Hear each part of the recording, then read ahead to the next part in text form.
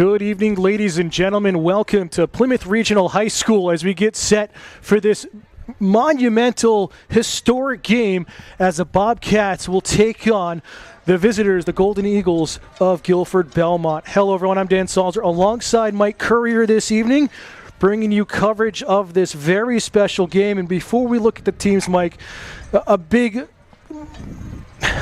moment for this whole community.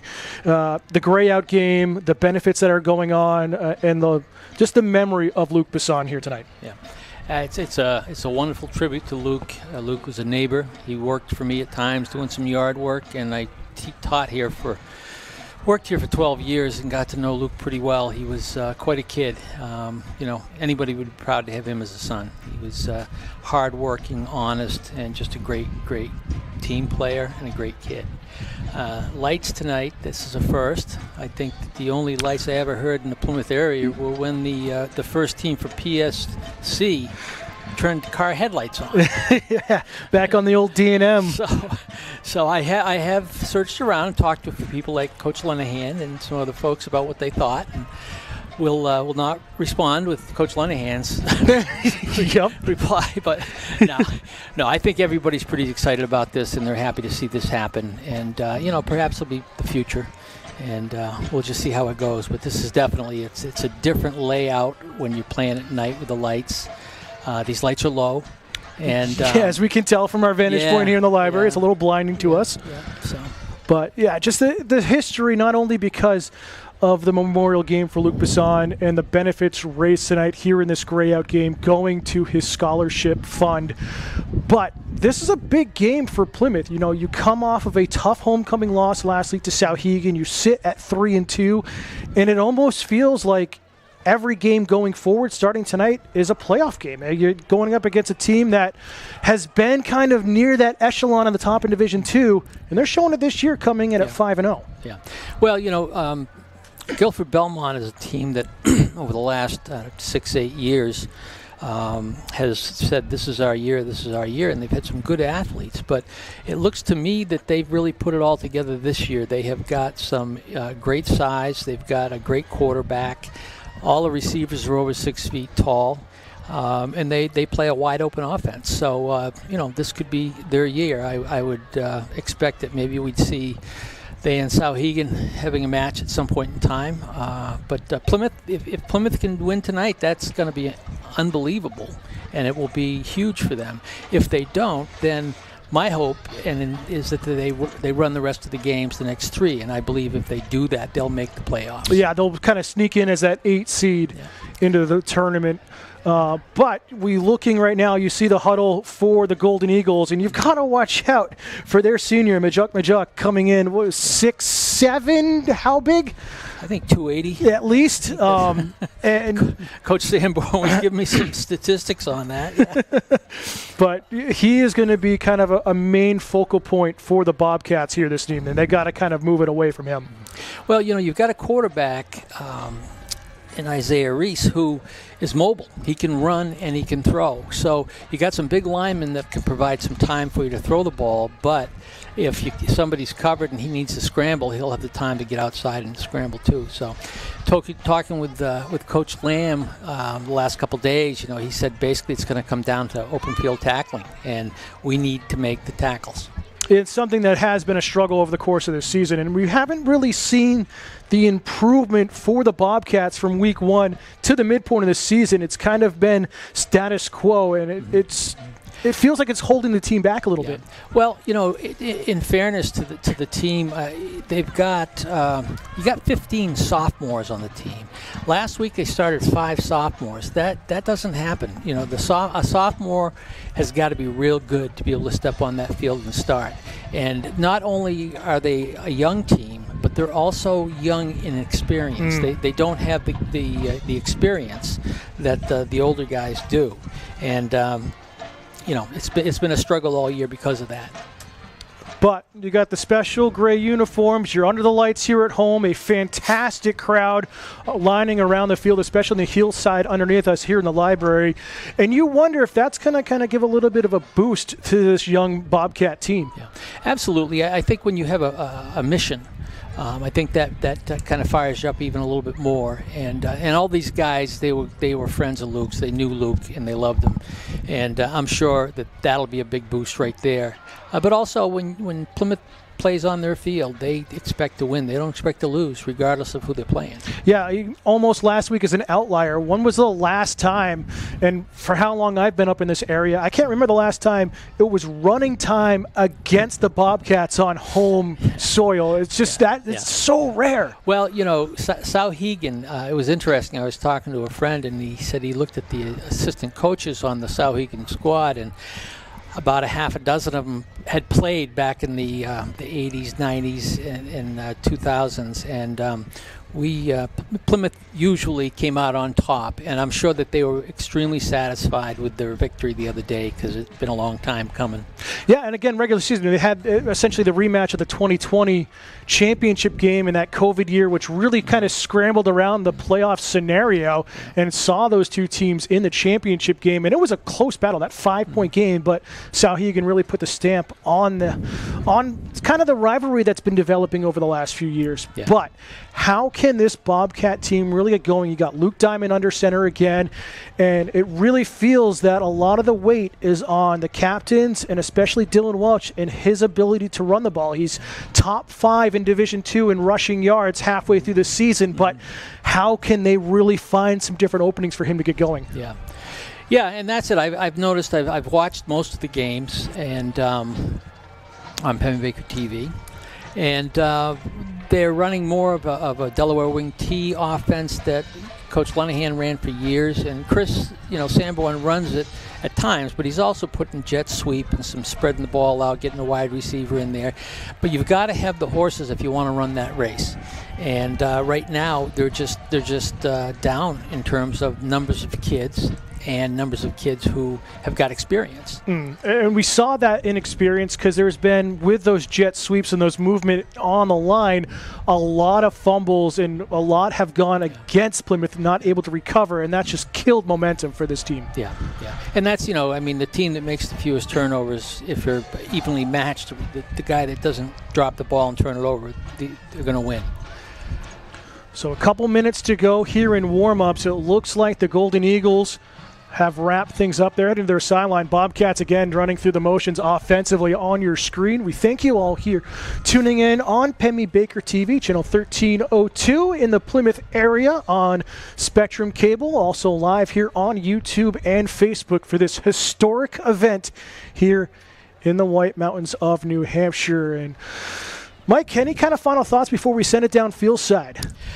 Well, just let's hope nobody gets hurt because the team, Plymouth's thin on players, and they're well coached and they're well prepared. Coach Lamb on the defensive side and Sanborn on the offensive side, they know what to expect. Our kids know what to expect. It's going to be a matter of them reading their keys, staying in their lane where they need to be, and then they've got to be able to tackle. They've got to be able to tackle and not let these guys break off and go for the long runs. This team scores on a lot of big plays. And Plymouth's got to not let them get the momentum going. So with that, we're going to turn it over to the public address announcer, Anthony Torino, as we get set for the captain's coin toss and the national anthem. We'll be back for kickoff. You're watching Bobcat football here on Penny Baker TV.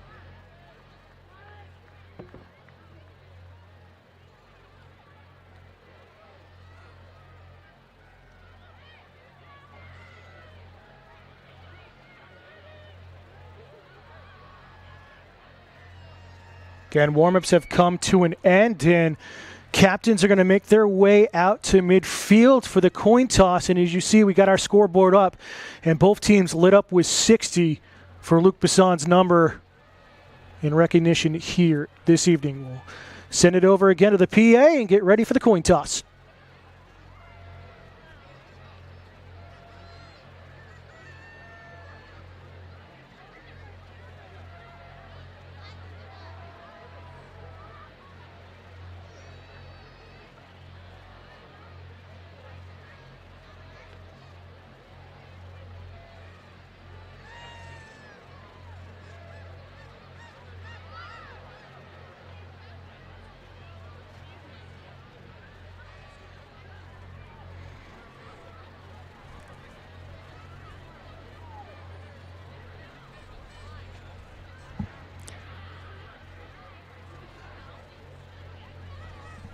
Last-minute instructions, and it looks like Captain Jalen Reese, quarterback for the Golden Eagles, is going to make the call. And for the first time this season, I believe, Mike, Plymouth has won the toss. Well, normally we take the ball on that, and wanting to score first. And that's exactly what Chris Sanborn and the Bobcats are going to do. It's like you know it. Well, I can recall, like, we used to always kind of laugh when everybody would, like, defer to us. And we're like, okay, we'll score first. Yeah, exactly. It's been that way all season long through the first 5 games. Yeah. Plymouth has lost the toss, and they've gotten ball first. Hasn't always worked out, but we'll turn it over for the national anthem. Be back for kickoff in just a moment.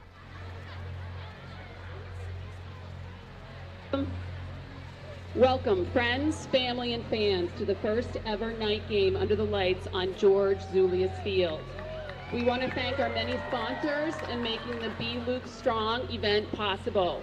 Dan DeCenzo, Precision Lumber, Plymouth Anesthesia Associates, D.A. White Excavating LLC and Chris Drake, Hilton Electric, King Forest Industries, New Hampshire Electric Co-op, Plymouth Elementary School, Brandon Hiltz Construction, Chris Frawley, Peter Hilton, Garrett Macomber, Plymouth Area Babe Ruth, Plymouth Athletic Club, the Tanner family, and special thanks to Reese Construction and RM Piper. We also want to thank our game day sponsors for their continued support of Bobcat football. This is a special event to honor PRHS Bobcat family member Luc Bisson. His sheer determination was unwavering, just as his courage was unshakable. From digging holes in his yard, to building and creating with fire and power tools, to playing football, to his battle with cancer, to navigating hearing loss, to his max bench, 315. His parents empowered him with the tools to be Luc Strong in his everyday life. Lessons from Luc shared by his parents: rise to challenges, be curious and creative, laugh and play, immerse yourself in nature, follow your passion, get up and work hard, be kind and compassionate, be a leader and role model, tackle adversity with grace, and most importantly, be grateful. The 2022 seniors want to pass his legacy on to all the underclassmen and use his inspiration to be better as individuals and as team members. The unshakable courage of one will continue to inspire courage in many. We commit ourselves to be Luc Strong. Go Bobcats!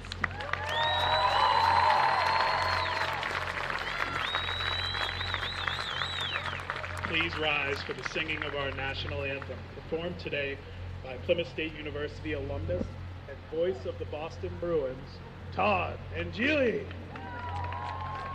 Oh, say, can you see by the dawn's early light what so proudly we hailed at the twilight's last evening, whose broad stripes and bright stars through the perilous fight o'er the ramparts we watched, who were so gallantly streaming, and the rocket's red glare, the bombs bursting in air, gave proof through the night that our flag was still there. Oh, say does that star-spangled banner yet wave o'er the land of the free and the home of the brave? And thank you to special guest Todd and Jilly for the rendition of the national anthem, as he did as well here in the season opener. And what a special moment pregame here, Mike. I'll tell you, Dan, if everybody out there doesn't have some kind of chill going up and down their spine, then they don't feel much, because I'll tell you, that was pretty impressive. And it just brought everything to point that this is a great event. This is a historic moment, and it's been done with class by Plymouth Regional High School. And my hat goes off to Bruce Parsons and his administrators for doing that. They always know what to do. And really, I believe it was Sarah Sanborn with all the announcements pregame, as we talked about off air. But just the fact that the senior class, they don't want his legacy for Luc to be lost. They're going to pass this down, and hopefully it becomes an annual event. He's a young man that should never be forgotten for what he has done. We are set for kickoff again. Bobcats won the toss. They elected to receive here in the first quarter. Bobcats in their special gray uniforms going right to left across your screen. Golden Eagles going left to right in their traditional home blue-red numbers as we get set for the kickoff here, Luc Bisson night. Biggest crowd in years here at home. Whole community's out as we're underway in the first ever night game here at Plymouth Regional. A squib kick is kneeled at about the 35, and the Bobcats offense will go to work. So they'll mark it at the 34. And we'll see sophomore quarterback again, and Luke Diamond going to control the offense and see what he can do after a tough week, but he had some flashes of brilliance last weekend here at home on homecoming. Got decent field position. They're at the 34-yard line on the right hash, and they've got some room to work with now, so that's a good start. Caden Sanborn will be the center once again here today. Double motion as usual we see from this team. Handoff, Welsh will charge forward in kind of that B gap and will gain about 5 on the carry. A good start here from Plymouth. I think you'll see them hit that off tackle spot, that 2-hole and the 8-hole on the other side. Or that was the 8-hole actually. As long as they'll get it, they will pound the same play until they stop it. Now I noticed when Plymouth jumped with their set man and back, the defense made no kind of adjustments whatsoever. So kind of that cat and mouse game to start. Same formation. We'll see if motion happens. It doesn't. Kind of a broken play. It looked like some miscommunication as Diamond is dropped for a sack of about 5 to the original line of scrimmage almost. I'm going to mark him a couple of yards ahead of that where his knee touched, but kind of a broken play.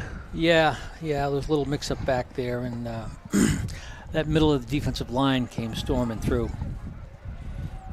So 3rd and 7 here in the opening drive for the Bobcats.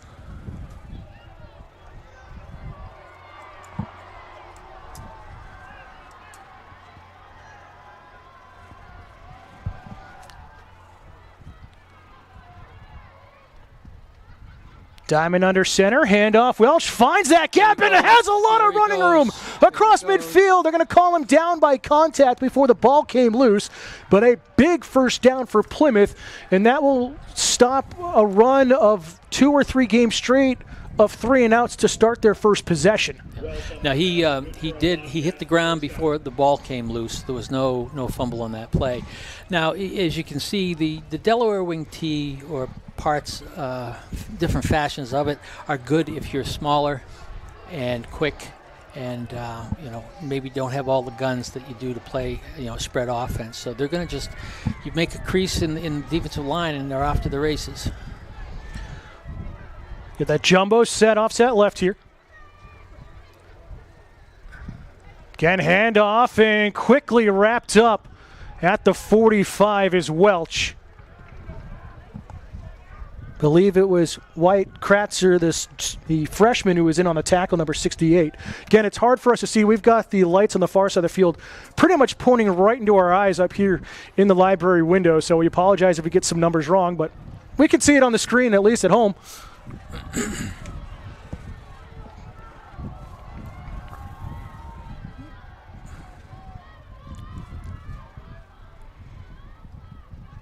Tight package. Welch going to the right side. Dances out to the right. Tries to turn the corner. He's tackled at the 40.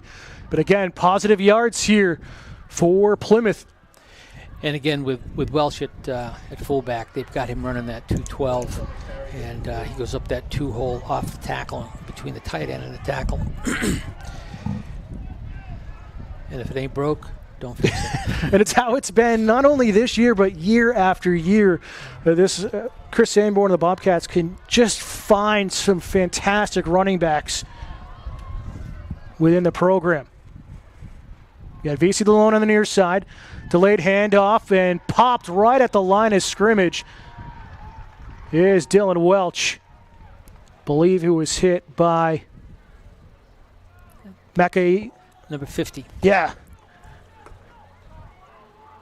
Macaione, the junior.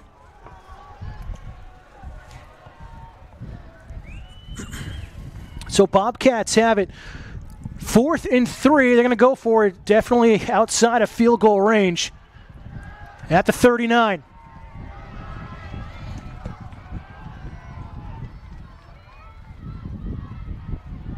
Handoff left side, big room for Welch.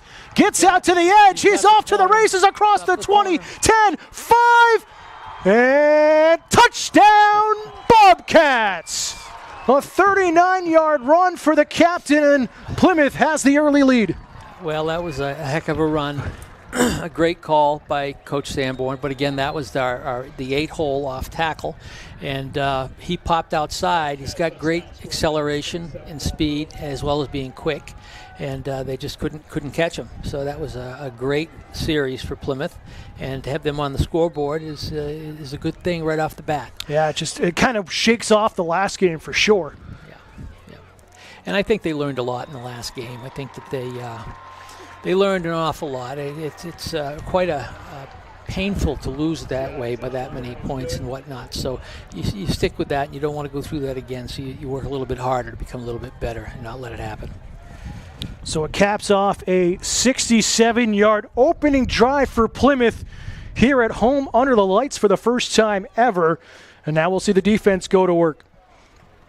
A little over 4 minutes of possession time, and that's what Plymouth does. They just chew this clock up and make it difficult for opponents when they are on their game. Well, you don't want to let a guy like the quarterback have the ball in his hands too much. Too many things can happen. Too many big plays can happen. So the more you can grind it out and keep the time on your side, the better you're going to do and the closer the game's going to be.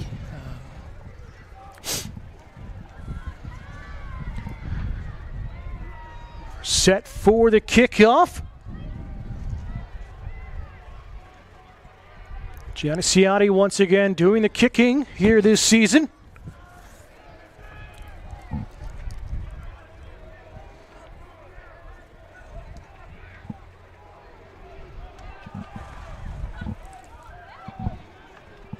Well, the numbers can't really see who is back to receive for the Golden Eagles. We apologize for that.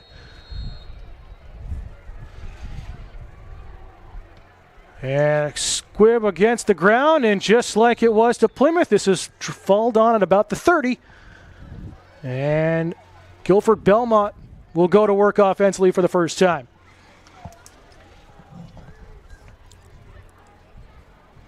Well, there's going to be a couple of keys here. One is to put a little pressure on that quarterback, but also to be able to contain him. A lot of times in broken plays and whatnot, he can get outside and he can run. So Bobcats going to have to keep those corners closed up.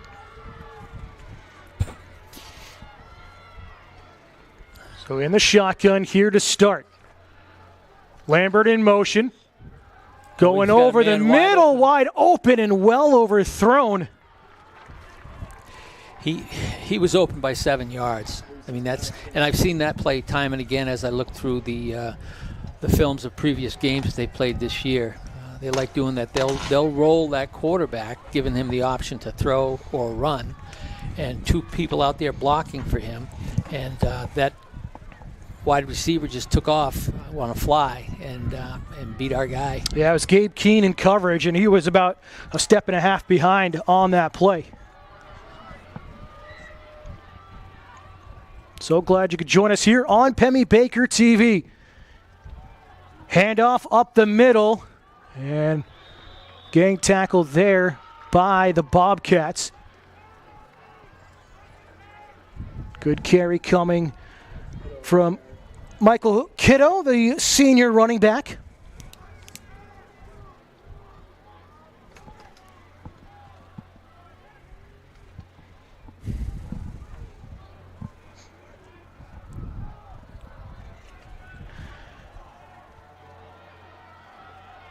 Deuces split shotgun. A lot of protection here.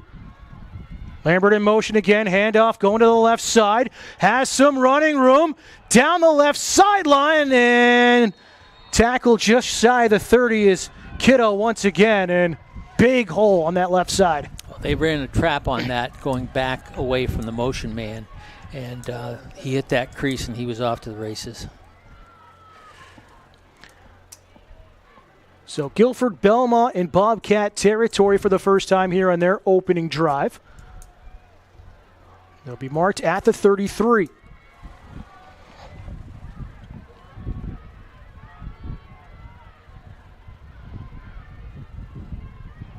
Again, more motion, handoff, left side.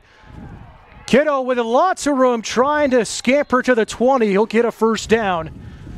And the chains will move. And, looking at that play, the way they run that is the quarterback actually kind of comes down the line, hands off to the running back, but he has got a back to run the option with if he wants to. So I don't know if he's actually reading that, which would be phenomenal for Gilford with a quarterback that can do that. But they've got some other things to do off that are going to be quick hitters. Reese staying in the shotgun, 4 wide receiver trips to the right. Going to be a quarterback keeper. And all day long, Isaiah Reese, the junior, scores a touchdown. And just like that, Gilford Belmont answers right back on their opening drive.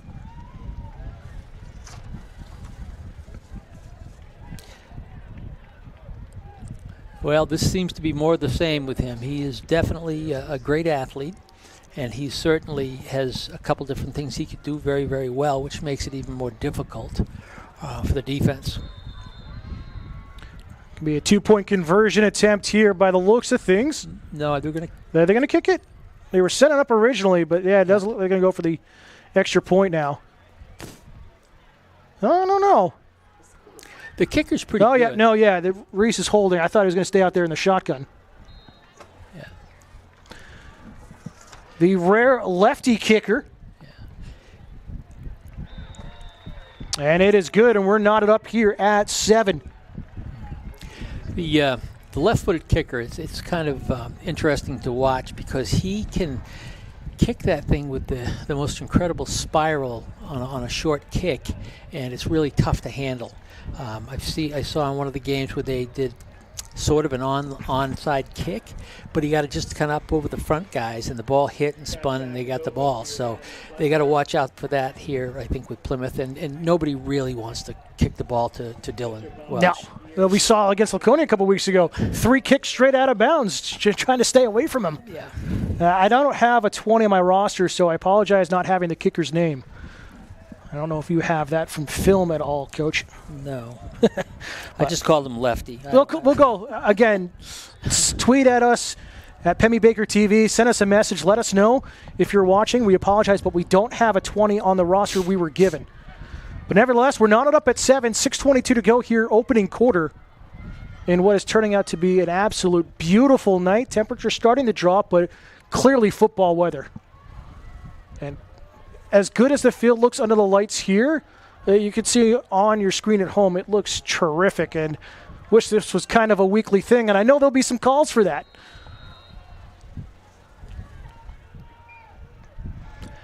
As kickoff is up and over end. Bobbled inside the 15. Keene going to cut across the field, trying to find some blockers upfield. Has some room on the cutback down the left sideline, across midfield, and a beautiful return for Gabe Keene. That was a great cut that he made back around the 25-yard line. He hit that crease, and that sprung him loose. He's got good acceleration as well. Can just kind of feel that excitement right now. Or is that just me? No, I think we can feel it all. We can all feel it, And that's the thing is, Plymouth continues to make, some big plays, and that's going to keep them in the ball game.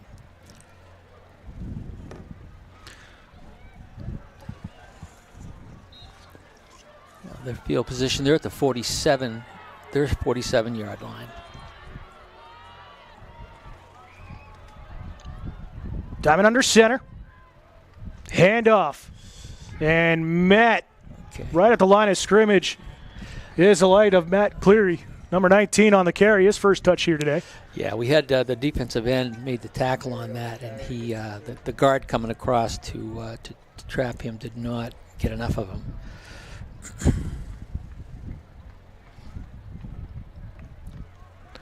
So just shy of midfield. Officially a gain of 2 on the play. Mark it as 2nd and 8.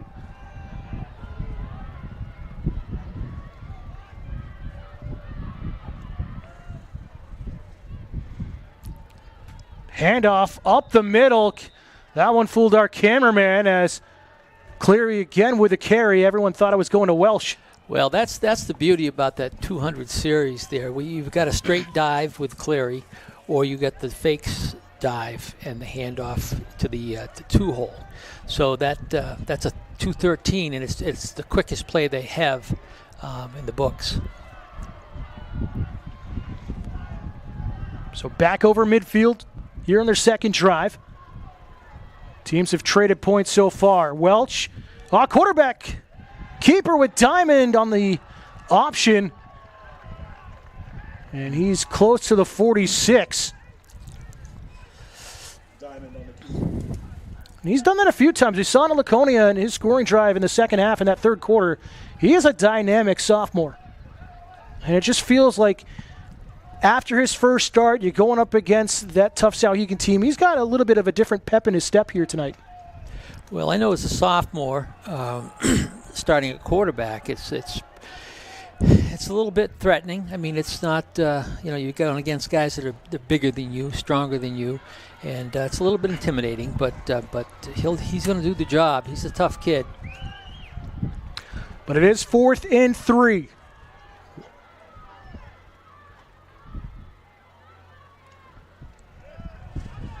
Handoff near side for Welch on that jet sweep. Tries to spin back upfield. This one's going to be close to the marker. Yeah, that was a speed sweep. They are going to give them the first down. There you go. So the second, 4th and 3 here tonight, and Plymouth converts once again. It just feels like this is going to be an all-out slugfest, the way this first quarter is going. Ball at the 43. Handoff fullback there. Cleary right up the gut.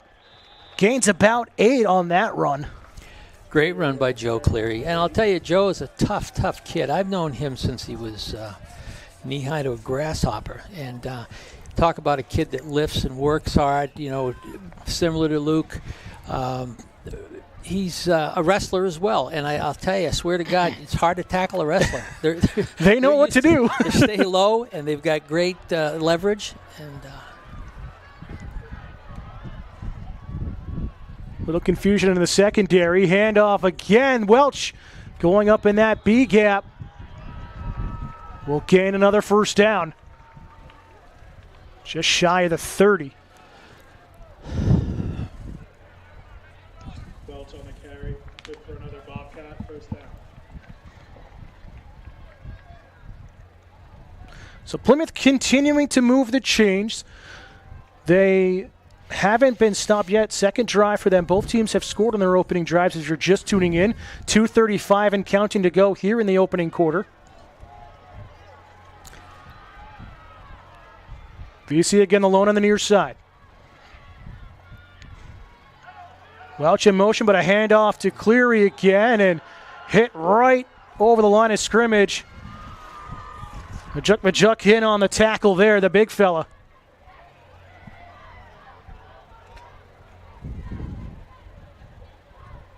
Cleary on the carry, good for 2.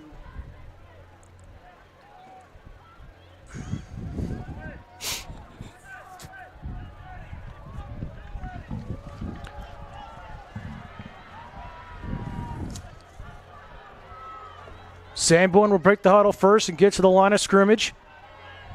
Same formation.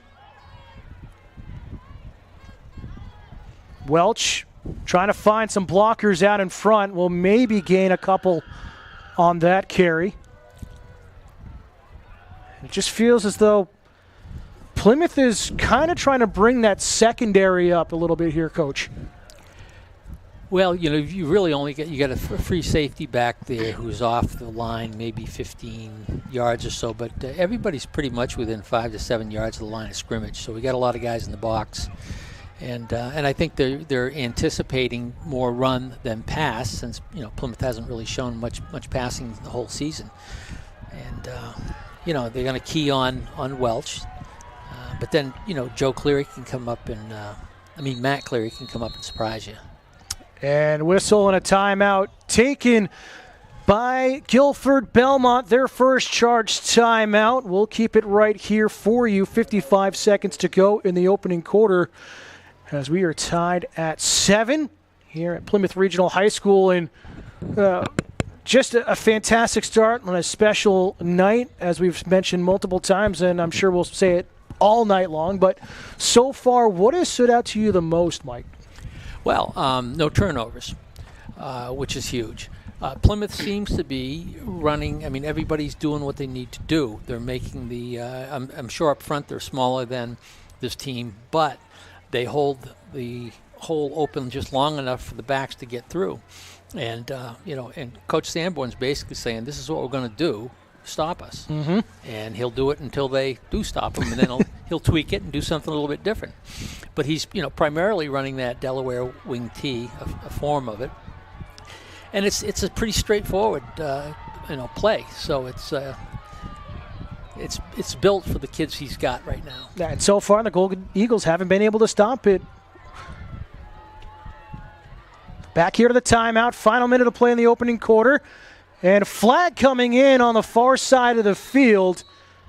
Cleary maybe got one.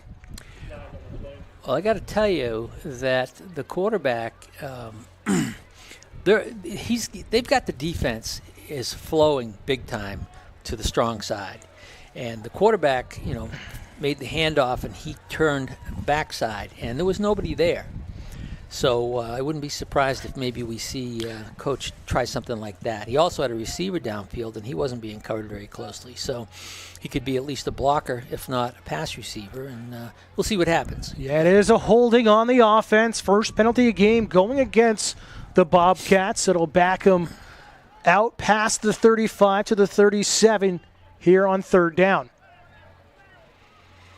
So now it's starting to feel like a pass play, which we really haven't seen tonight. Clock continuing to run on the restart. Plymouth will have to get one play off here. Well, they have some fairly good short passing plays, which I think it will be a lot easier for the quarterback to make. And I think that they can be, that's a high percentage pass completion. Saw VC with a big catch in the second half against Souhegan last week. Vesey airing it out downfield, trying to get that pass. Arms all over him. No flag. I don't see a flag. Okay. I think it was just a lot of arm wrestling by the two. And it'll bring up 4th down and 17, and Plymouth will be forced to punt it away.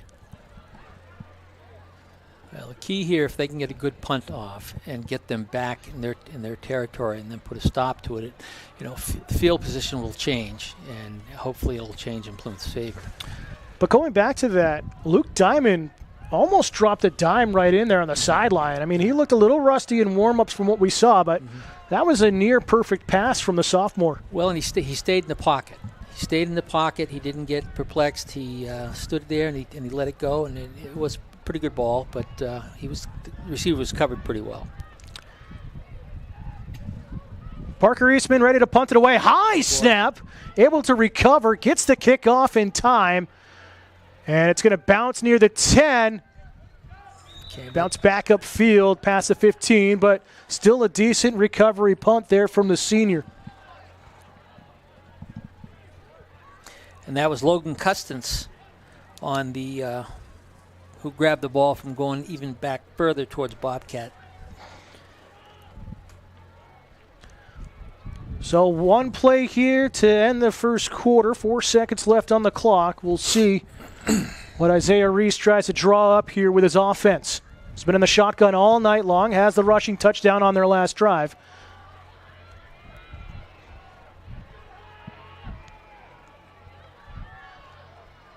More motion, quarterback keeper. That's what you talked about, Mike. He is a very mobile quarterback, and he is hit at the 20 and tackled at about the 21. As that will do it here in the first quarter, as we are knotted at 7 and really looking at things, Mike. How can Plymouth try to contain Reese? Well, they didn't do a bad job. He had to run wide to get around the corner. So he wasn't able to cut up field, and by that time you had 3 or 4 other guys to make the tackle, and you got to gang tackle that guy. One-on-one is going to be tough, but to stretch it out is a good thing to be able to do. It's when he can cut the ball upfield and get north and south where it's going to be tough to contain him. Again, both teams have scored on their opening drive. If you're just tuning in here on Pemmy Baker TV, thank you for joining us here tonight on cable, channel 1302, and on YouTube and Facebook. And doesn't matter who you are rooting for, so glad you could be a part of our broadcast here this evening. So we're set for the start of the second quarter. Be 2nd and 5 for Gilford Belmont. Two schools that share a lot of sports together, especially their hockey team that went on some runs about a decade ago.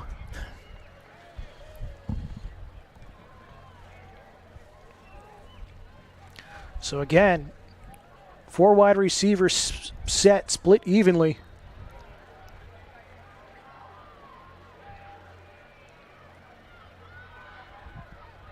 Plymouth trying to protect.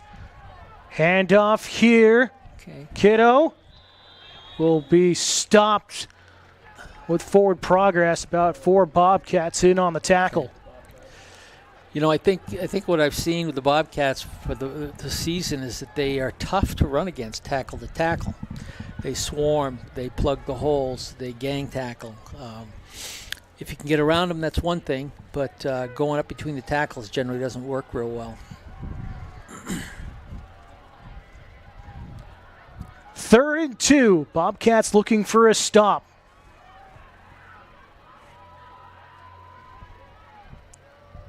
Play action. There goes the quarterback. No, it's behind. It's Kiddo.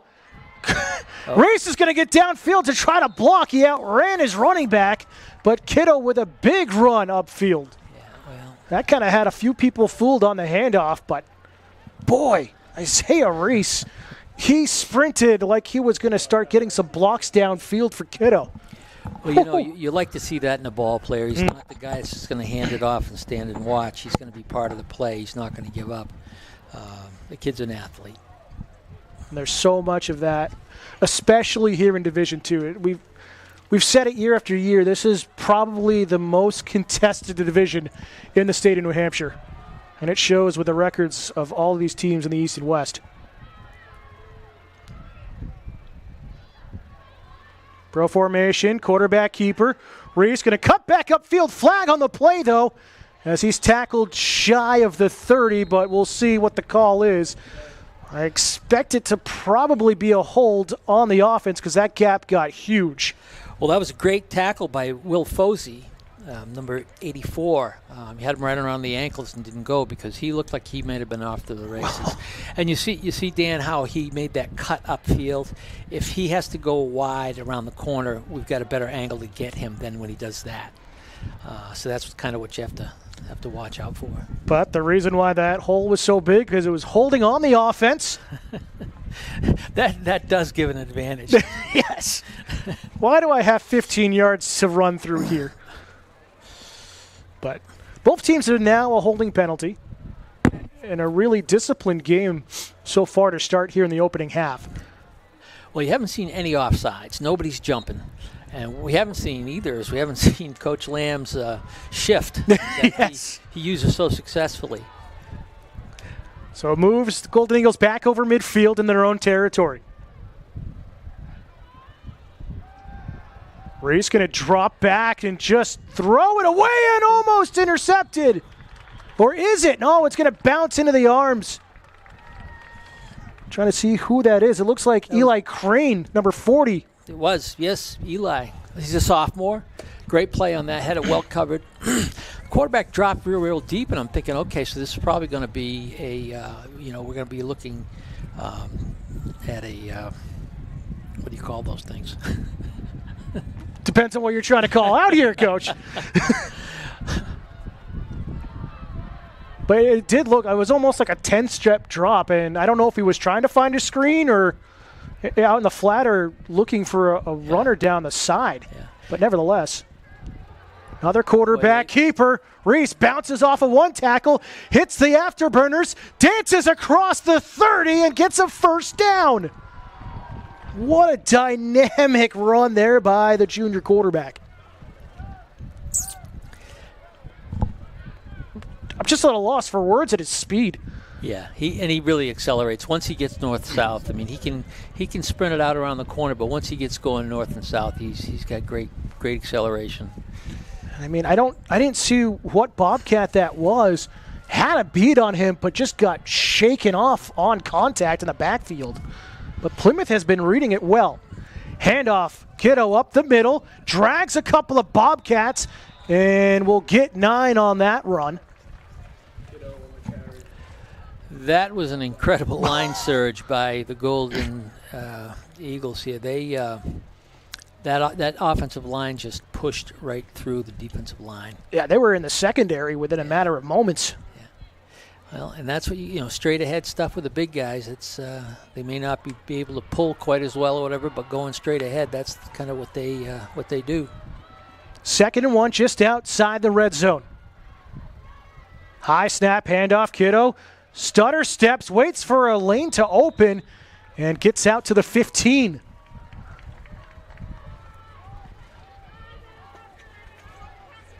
And you're starting to see that kind of mental awareness here in the high school level. It's trickled down from the pros to the college levels. Now here to high school, a lot of these running backs are really starting to kind of wait near the line of scrimmage once they received and wait for that gap to open. They're not trying to make it happen for themselves. Play action. Reese going to lob this one towards the end zone and incomplete. Great coverage in the backfield. And it looks like it's Will Fosey again, number 84. I'll tell you, he had it in the basket, but couldn't hold on to it. Again, you wonder if the lights are playing a factor here tonight, too, with them being so low with the temporary lights here this evening. Yeah, it definitely changes the view for the receivers. And once if you happen to get your eyes up into it, you can't see after that. Yeah, probably for at least a couple of plays. Yeah. While you wait for the dots to leave your eyes. 2nd and 10 at the 15. High snap, quarterback keeper. Reese gets out to the edge. running towards the sticks and bounces his way in for another touchdown, another 15-yard run for the junior quarterback. And Gilford Belmont. Are they going to mark him short? Or are they going to give him that? They do give him the touchdown. Touchdown, Golden Eagles. He lowered that shoulder and he knocked the safety back. He's an aggressive kid. Kid's good. Field goal attempt here.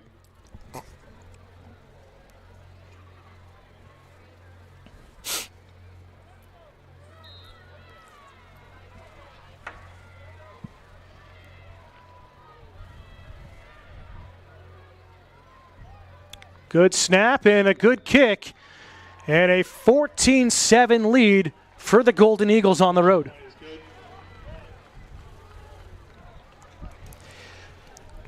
You know, going back to that drive, when they had them third down, if they had been able to make that stop, it would have changed things considerably. They just that run that he broke around the corner, the quarterback, that just kind of gave them more momentum.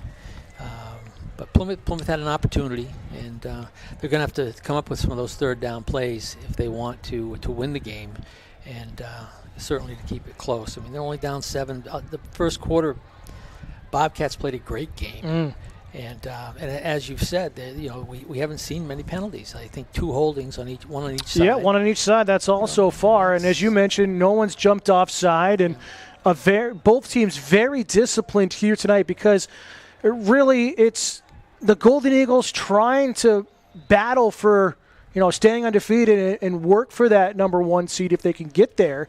And it's also Plymouth trying to stay in that playoff hunt. I mean, at most they can lose maybe one more game looking at the schedules we talked about pregame. But it feels like playoff time already for Plymouth.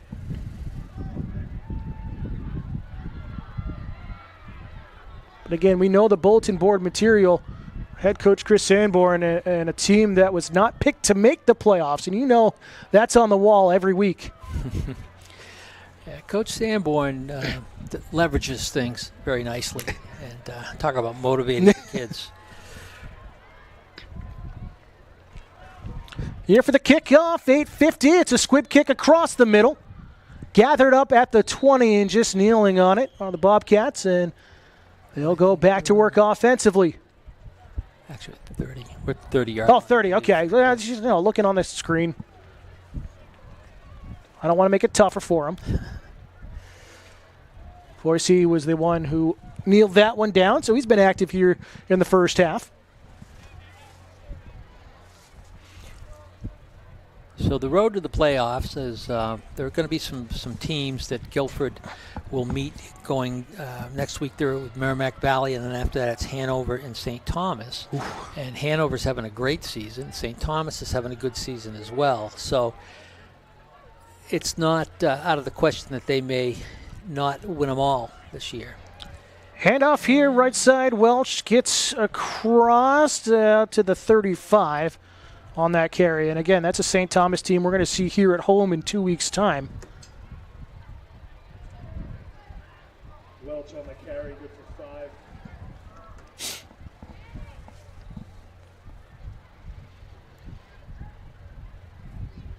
Again, looking at the road ahead for Plymouth, they'll be on the road another Friday night game and rival against the Eagles up at Kennett. Always a fun one up in the North Country.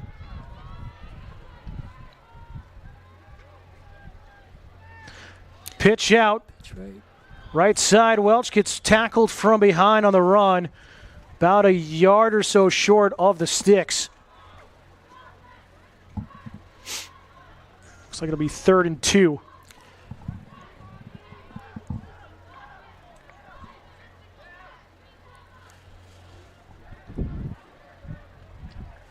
Kind of a quiet crowd right now here in the second. It is. Yeah.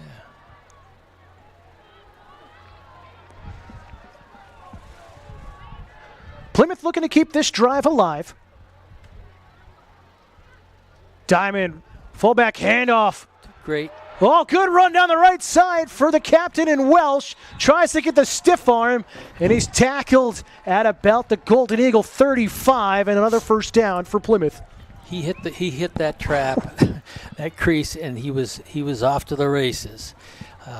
Good fake by Matt Cleary, and that play is one that you bust through there, get into that secondary off the defensive line of scrimmage, and with his shiftiness, he popped that thing outside and took off. So, Plymouth's certainly in this thing. I mean, they're showing that they've got what it takes to move the ball on the ground, and we'll see what happens, but. I'm feeling pretty good about Plymouth right now. It almost looked like 6 DBs on that play. 5 of them lined up flat as the linebackers, and he just got past that row. Handoff up the middle, little trickery on the fake pitch, and this time it's Cleary with the carry. That was good. They're moving everybody up in the line of scrimmage. They got 9 guys in the box out there, and they're going to try to stuff all those holes. Gain of 5 out to the 30.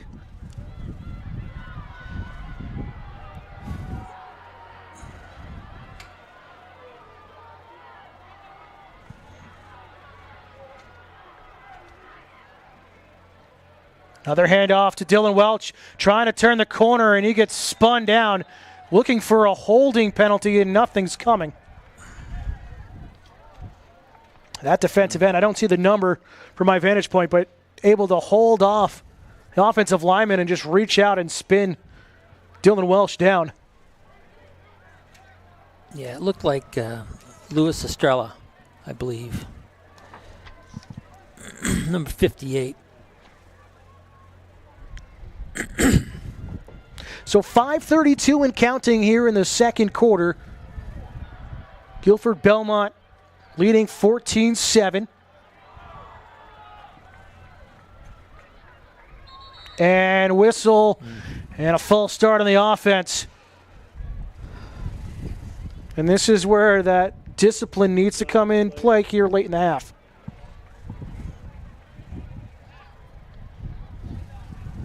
So this will definitely move Plymouth out of field goal range. Close at the 30. But really 4-down territory here.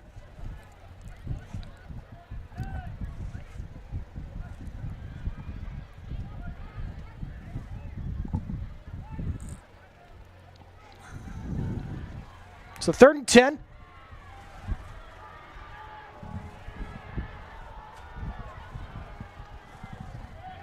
Again, VC the lone on the near side. Little pitch and good penetration from the defensive line, but Dylan Welch cuts against the traffic and gets, they're going to say he's about a yard short when he's tackled out of bounds, but how did he cut back against the grain with that with 4 guys in his face? Skillfully. Exactly. Well put. Great. And, and that's the thing. That acceleration that he has gets him out there within, they can't reach him. And he gets out there quick, and then he gets that corner, and he starts going upfield. That was a broken play that turned out to be quite a great gain. I mean, that's the shoot moment when you get the ball and there's 4 blue jerseys in your face, but it's 4th and inches. And Plymouth, as expected, are going to go for it here. 4:43 left to go in the second.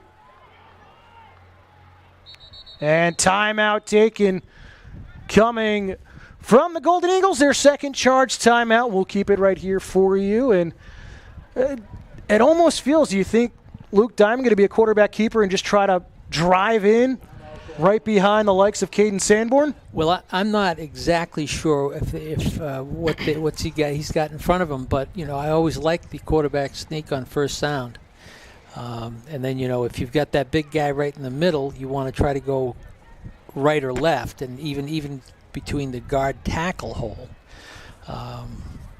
It does look like the off tackle on this side would work because we've got leverage outside with our end and tackle. But we'll see. I mean, coach is getting all this from upstairs. Those guys know what they're doing. They're going to see all this stuff as well.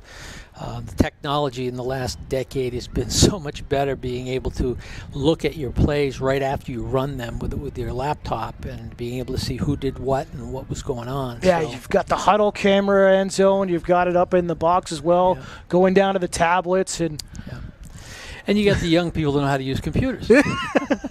So that's why he keeps the young guys on the staff. There it is. 4th and 1 out of the timeout. At the 26. Handoff trying to go to the right side. There's protection. And Welch is dragged down at the 20. And a first down here for Plymouth. I couldn't get the number. A great block was thrown by one of the running backs. Most likely Cleary. He's been kind of that brick wall in front of the runs most of the season.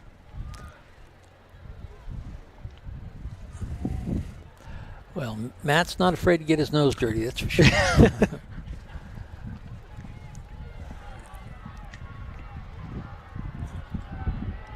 Bobcats looking to tie it up before the break. Pressure coming. Handoff right up the middle.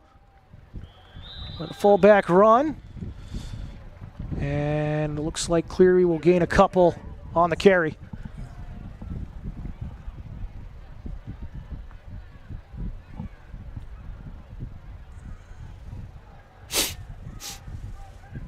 Just, again, what a spectacular looking field. Great job by the Parks crew, as always, to get the field ready each week, and it just looks stellar under the lights.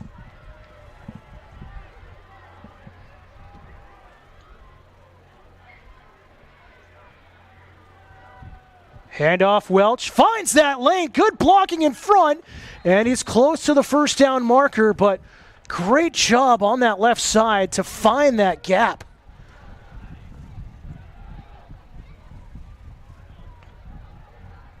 Tackle made by number 12, who is Jalen Reese. The other Reese. If he hadn't made that, it would have been 6 points. And I think he had the previous tackle as well. When Plymouth got that first down. Pull here to the near side. Again. That Omaha kind of play from Peyton Manning and Dylan Welch inside the 10. And again, you're hitting 3-4 yards a carry. I mean, my old coach in high school, before Coach Lenahan came on, used to say, guys, we need 3.5 yards every play, and nobody can stop us. So they're just pounding the ball inside like that, and it's they're doing a great job. It's that old school football that we see here at Plymouth year after year. Handoff right side. Welch runs into a wall at the line of scrimmage. Looks like he just got back to that line. Yeah, it looked like the guys coming down to make the block got taken out, and Gilford didn't give an inch on that. So Michael Macaioni in on the tackle, number 50.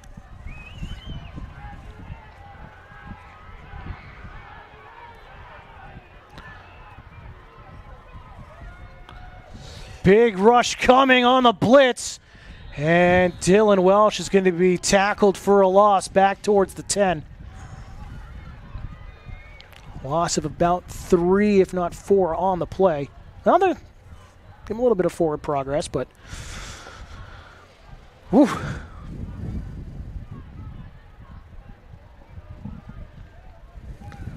Well, sticks are down, so it is 3rd and goal.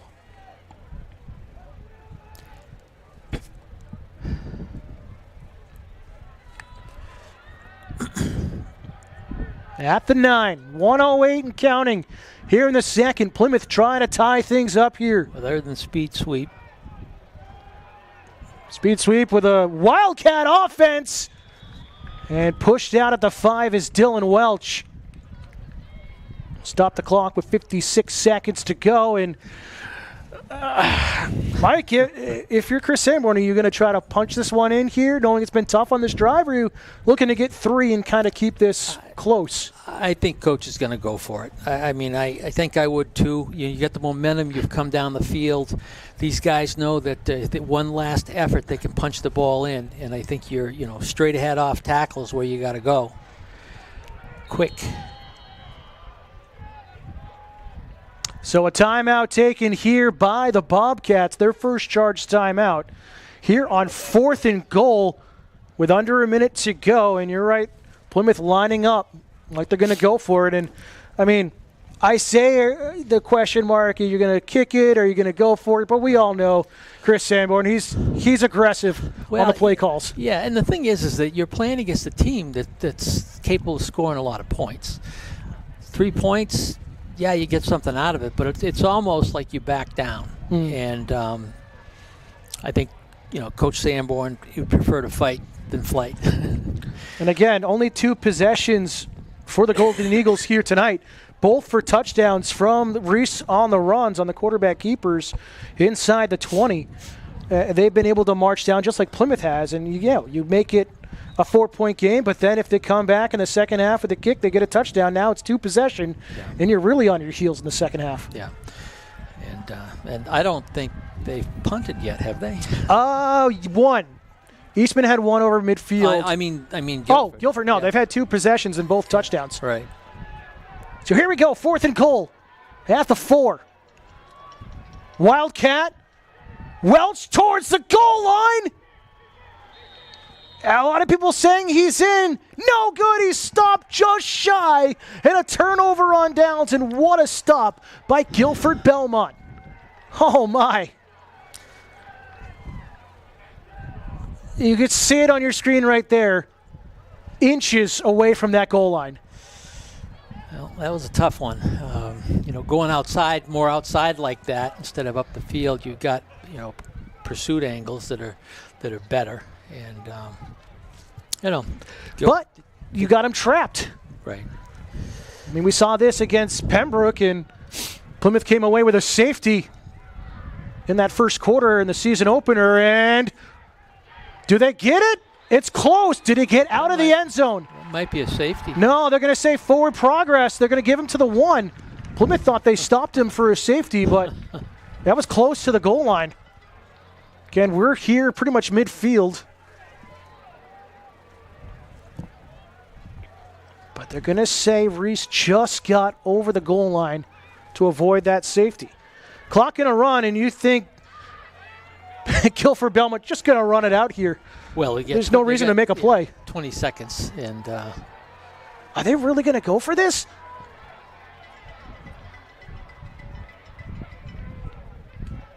They are. They're going to get a playoff. They'll gain a couple to get some breathing room, but that'll end it. That's a gutsy call, but first half comes to an end, and it's Gilford Belmont with a 14-7 lead at the break. And Mike, really, this is just a grind, and who's got the stamina at the end the way it's setting up right now? Yeah, and it's, everybody talks about the fourth quarter. And you got to be in shape and whatnot. But this has been a very good game. I mean, there haven't been a lot of mistakes. There's been, Plymouth's gotten stopped a couple of times, the last time, unfortunately. But they're in the game. I mean, I think that some folks might be surprised that Plymouth's playing as well as they are.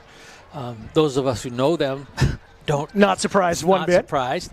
It's hard to win in Plymouth because we, take it pretty seriously here, and we expect to win our games. But well, when you see the 27 championship or 26 championship banners hanging in the gymnasium, it's expected you're going to win each week. Yeah.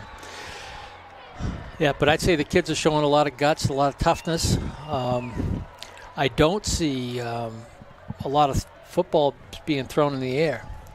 It's it's that old school, 60s, 70s, just pound it up the middle and see what you can get. But that will do it for us here in the first half. We're going to have flag football with the youth football teams here in attendance tonight. So we'll be back in about 10 minutes and get ready for second half kickoff. But at the break, it's the Golden Eagles 14, the Bobcats 7. You're watching Plymouth Regional Football here on Pemmy Baker TV.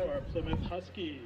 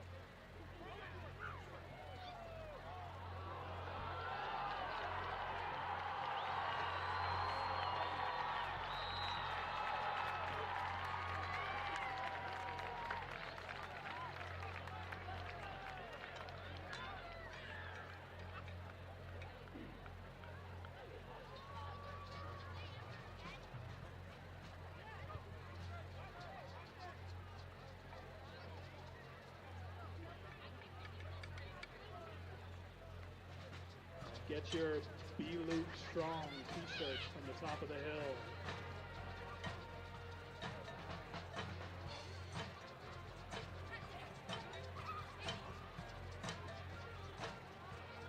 This is the first event of the BE LUC Strong weekend. Join us tomorrow night for the flag football event from 5 to 9. Proceeds benefit the Luc Bisson Memorial Scholarship Fund.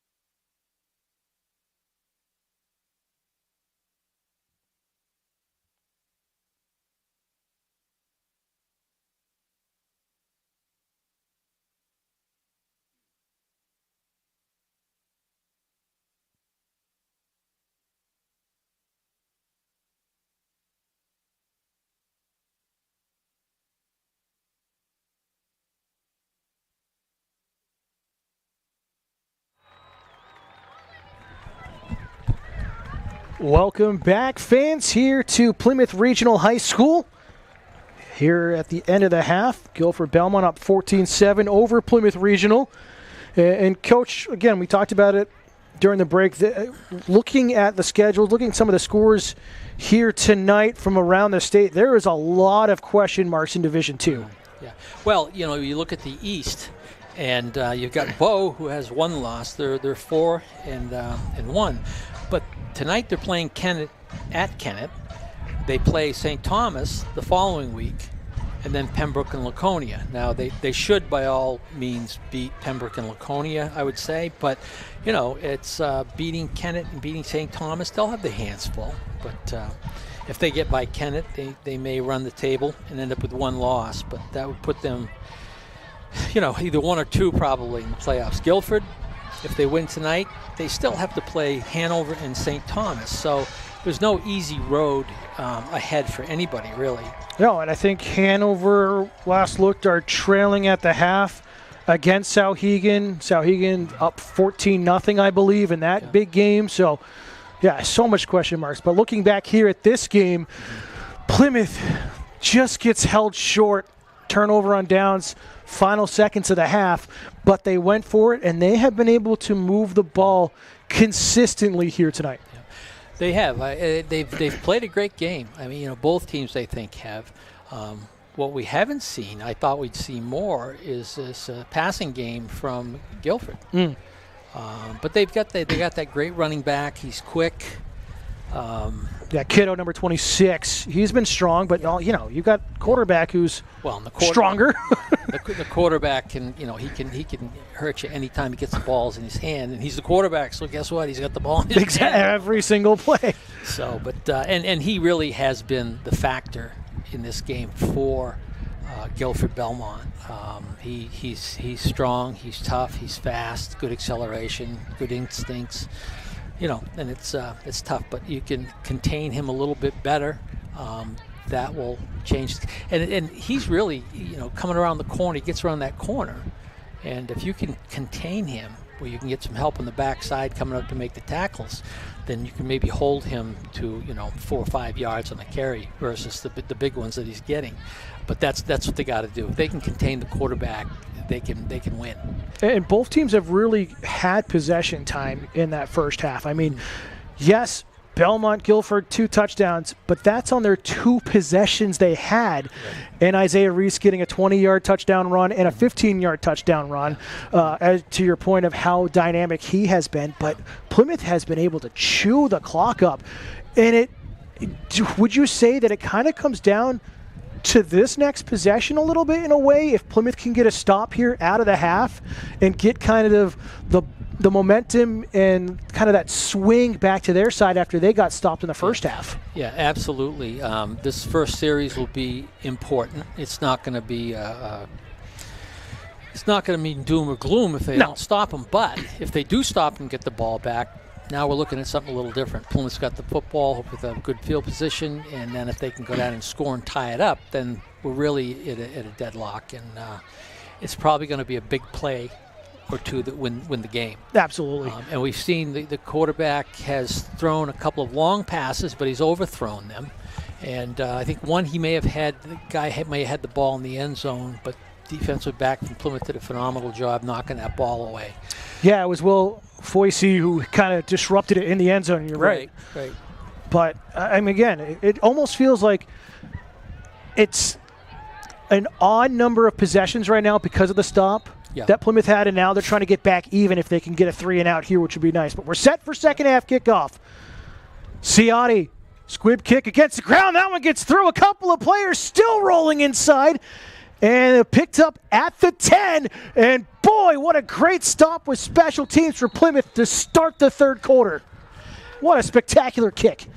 Well, did it hit anybody on the way? I think it did. I think it hit a couple of arms back up near the 30. That makes it a live ball, so it's a good thing they got on it. But 10-yard line, that's great. Make these guys pay for every inch they go in the next 90 yards if they get there. But it's a good situation for Plymouth right now. I don't think either team has started until this drive inside the 20. Yeah. So, absolutely. Yeah, here we go. We'll see what Golden Eagles can do here in the second half. Handoff up the middle and a cutback, or quarterback keeper actually. I thought he handed off to Kiddo, but nevertheless, Reese will gain 2 on that quarterback keeper. Yeah, they did a good job on that. And again, I still think Plymouth's been awful tough tackle to run against. Yeah, once they see that handoff and they'll pack that box with that secondary coming up. And the thing is, too, is you've got to stop that quarterback at that point because he gets through the line of scrimmage and into the secondary, and he could be gone. 2nd and 8. Handoff to the right side for Kiddo. Couple more yards on that carry across the 15. Big play here. This is going to be the play. If they're going to stop him here and force him to punt, Plymouth's going to have good field position and be in good shape. 3rd and 4.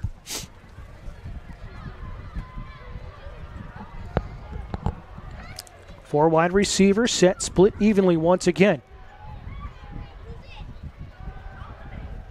Reese, 5-step drop, throws over the middle, finds his target across midfield. Great open field tackle by Dylan Vesey to save the touchdown, but there's that big play you were talking about and which way it went. Trying to see the number. 87. Oh, looks like just 80 actually. Looking at the screen, Logan Grant, the junior wide receiver, with that big catch. And he just cut inside, yeah. Yeah, the tackle was by Brennan Johnson. Okay. Yeah. But, oh, man. Well, that's a big play for Gilford Belmont. And so for their 3rd drive of the game, they're in Bobcat territory once again. Good pocket protection. Throw over to the near side from Reese. He finds his target. And they're going to stay in bounds on that pass. Caught by Isaiah Lambert, the senior. Well, now they're not going to jump up on anybody. They're going to play it a little bit loose there, and this kid can throw the football to the flat. And it's a high percentage pass. It's going to go 8-10 yards or whatever. So 2nd and 4, wind continuing to pick up across the field into our microphone, so we apologize for the wind noise. At the 39. Trips right. Boy. Quick throw into the flat by Reese. Yeah. Finds his target. Still going across his Grant down the right sideline. And touchdown Golden Eagles again. Well, I've seen they've run that play. I was just thinking about it. I hadn't seen trips yet. And then and what they do is they've got the 2 receivers that kind of work as a shield. And you get the outside guy funnels. Funnel pass on the inside. So you stand up, throw it to him. He comes in there, and he's already got 2 people in the way of the defense. And he picks his way through, and the result was what you just saw. And, and that's the thing is these guys can score quick. And you mentioned it. We haven't seen the pass really until now. No. And that was a quick drive. And you're right, that third down play was critical. High snap, kick is up and good, and a 21-7 lead for Gilford Belmont. But, oh yeah, if Plymouth could get that stop instead of the throw over the middle for 30-plus yards, it's a 3-and-out, and now you're half field. Yeah, well, Gilford Belmont's not 5-0 for nothing. Exactly. And they've played some pretty good teams, and it's tough. They're a pretty mature group as well.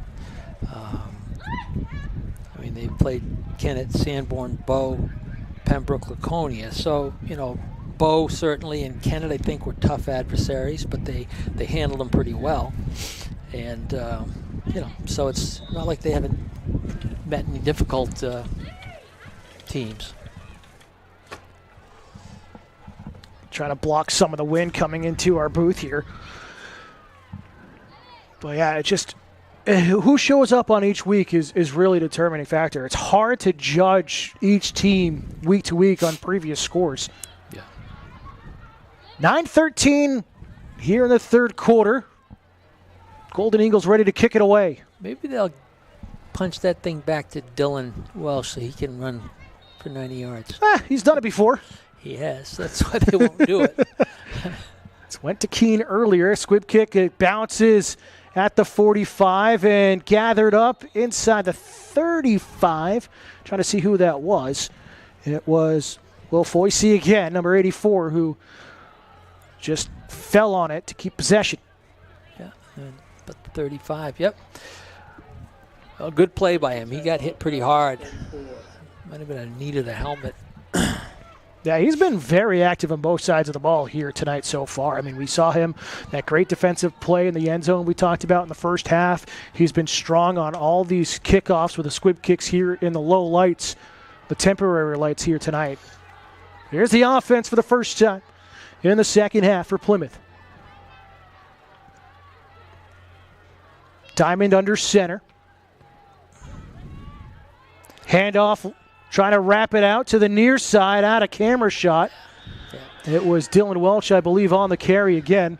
They ran the speed sweep coming towards us, the building, and it got strung out. He wasn't able to really cut up anywhere, and they defense it the way you're supposed to. You know, if they have enough speed on the corners, they can stretch that out, get help from the backside, and it's a small gain. Well, they give him 3 on that carry. Yep. Generous 3 by the looks of things. Still a fantastic crowd. Great job by the Plymouth Huskies and flag football at halftime with a great little show happening.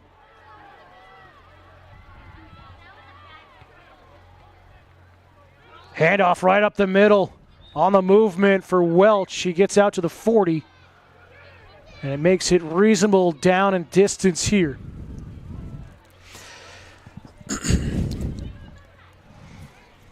Gabe Keene was the one in motion, and you never know when he can get going. He's just as fast as Dylan. Well, he's had some great runs this year, and he's a kid that I hadn't really heard much about before this year. But he's done a nice job, and he stepped up and given them, a little more speed besides Dylan.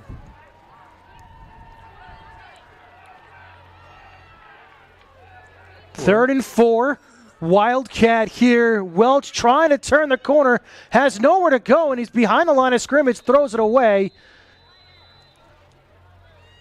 Smart play not to lose the yardage, but it will be 4th down. Well, I hope they don't throw a flag because I saw number 64 downfield. Ooh, good call.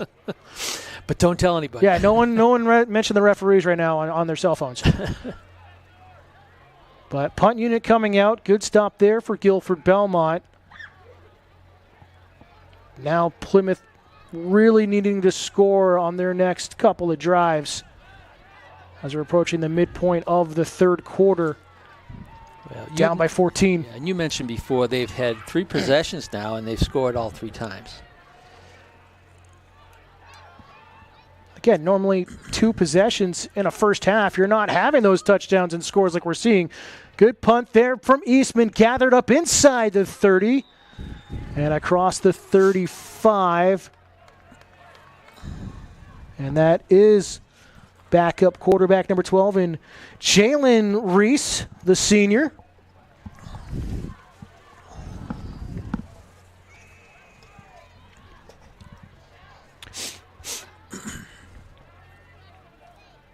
Golden Eagles will start their next drive. They'll say at the 36. And as Mike said, 3 for 3 with touchdowns on possessions here tonight. I formation. Handoff. Kiddo just drops the shoulder and pushes across the 40. That's just power running. Yeah. He's a good running back. He runs hard. He lowers that shoulder. He knows what to do. And just pound ahead. If you've got a big line in front of you, it's pretty helpful. You can hit 3 or 4 yards on a carry. Well, he got 5 on that. I mean, like Dylan Welch, you get that hit when you drop the shoulder, but you're keeping your feet moving. Mm-hmm. That's something I've seen really developed in the high school level over the last 5-10 years, is that knowledge just to keep driving for every inch. In the shotgun, Reese surveying, going to air it out downfield. Beautiful pass. And a touchdown for Gilford Belmont. Oh, boy, what a pass there. We got a flag, though, back near the line of scrimmage. Will this come back? Yeah, it's back at the 32. Let's hope so.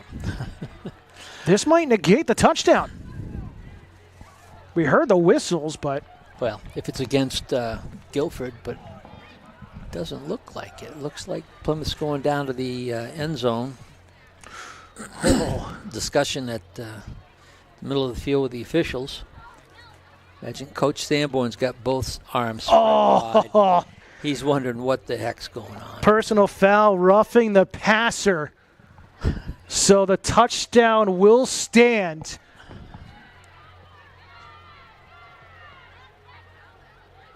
And about a 64-yard touchdown pass from Isaiah Reese. And I believe, once again, it was Logan Grant for back-to-back touchdown receptions. Yeah, Coach Sanborn's a little animated down there explaining things to the head official. So it will stand. Scoreboard hasn't changed yet. But, oh my, and it's just, I didn't see who was the safety back for Plymouth. But just a battle, and Grant got the best of it. Touchdown, Golden Eagles. So confirmed touchdown. And a 20-point lead for the visitors. To get set for the extra point attempt, 6:24 to go.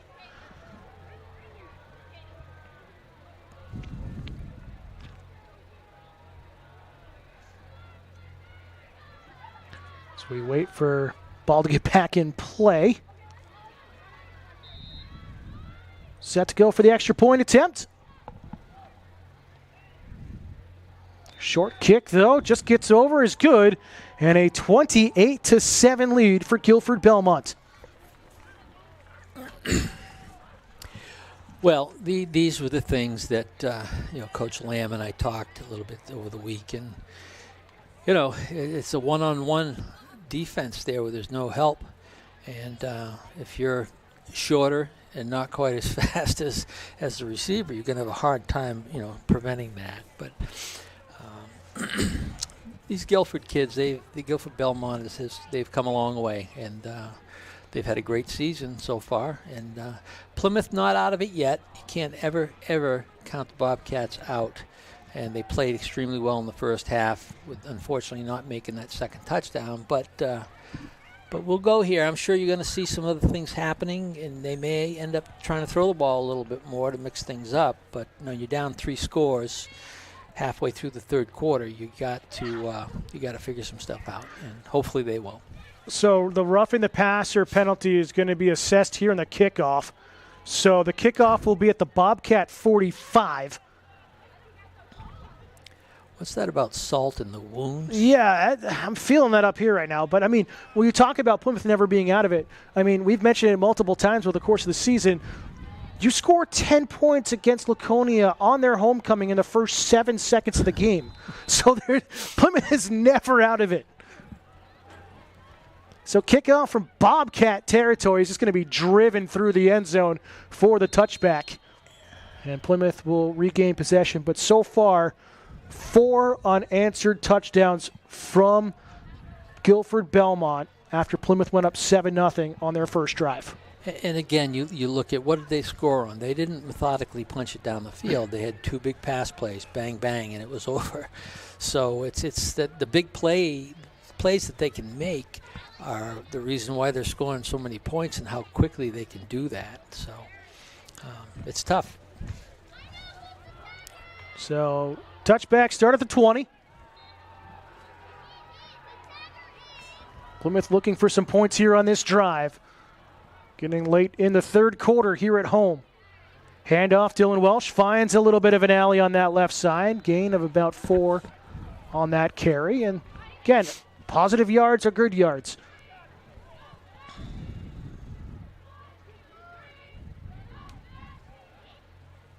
But when will Luke Diamond kind of get the green light to kind of start throwing it downfield a little bit? It was close. There was possible you could kind of look for a defensive passing interference in the first half when he tried to find the likes of Dylan Vesey on the sideline, but he almost dropped the dime right into his hands over his shoulder. Can that happen again? Bobcats back to the line, 2nd and 7.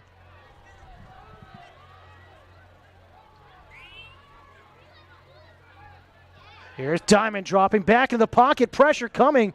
Gets away. And he'll throw it away. Smart play by the sophomore. Just scrambles. He's outside the box, so it will not be intentional grounding.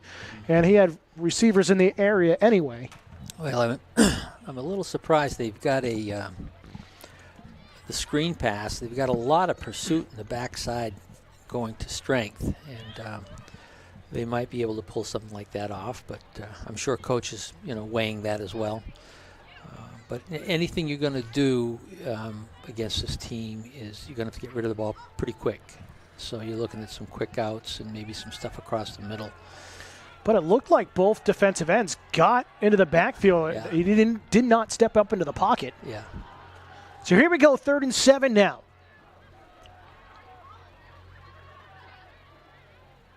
Oh, Plymouth got him jumping.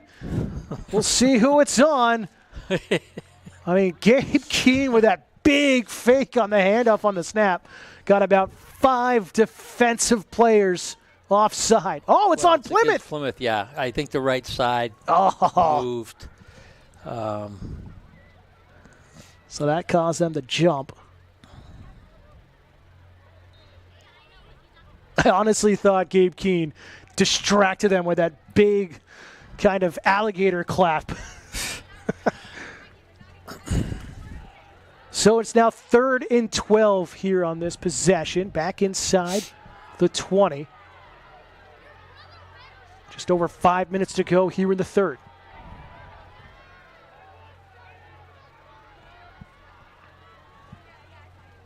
Walsh in motion. Drops back his Diamond to pass, looking for his receiver near side. Finds Dylan Welsh down the sideline. And he's tackled at the 45 for a Bobcat first down. Yeah. Well, that's a nice play. They go in the speed sweep formation. Dylan comes across, and then when he doesn't get the ball, he just scoots up the sideline. And that pass has been very successful for Plymouth over the last 5 or 6 years since they put it in. And it works pretty well. Dylan Welch heads to the sideline, though. Came up a little shaky after being tackled. I expected him to be back in next play, just try to shake it off. Gianni Ciotti will come back into the backfield for him, but what a big catch. And that's the momentum, that kind of spark that Plymouth needed. At their own 45.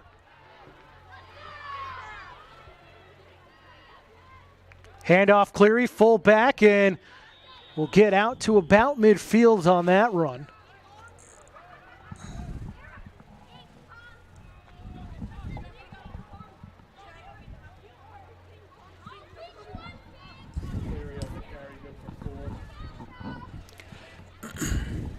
So they'll give them 4. They'll put him at the 49. But again, Plymouth keeping this drive going after a 3rd and 12 on their full start.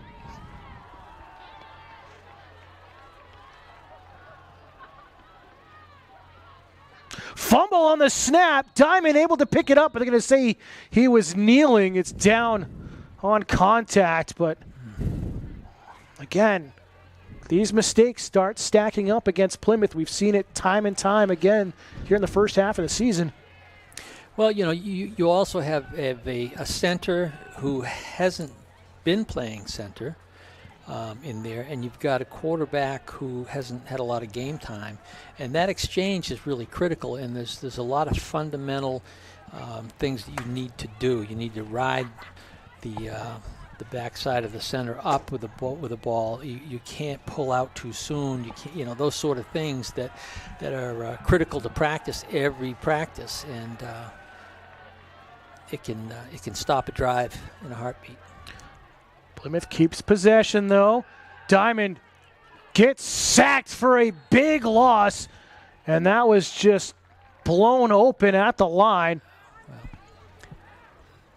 It's going to be fourth and forever right now. That was an attempt at a tight end screen, but Brennan Johnson got caught too far back, and with the rush, the quarterback had nowhere to throw the football. I mean, also Luke Diamond listed at 5'9" on the roster, so might be a little hard to see up and over. Parker Eastman gets the punt off. Friendly Bobcat bounce inside the 30, and it's going to roll down to the 20. So great punt there from the senior for a second punt of the evening. Well, good choice by the guy receiving the ball. He almost touched that thing, and it was wise that he stepped back. We have drawn the winning 50-50 ticket. 2:06 to go here in the third. The number is 3. Golden Eagles up 28-7 after some quick back-to-back touchdowns on some big plays. Both to the like of Logan Grant, had a 39-yard touchdown and then a 64-yard touchdown.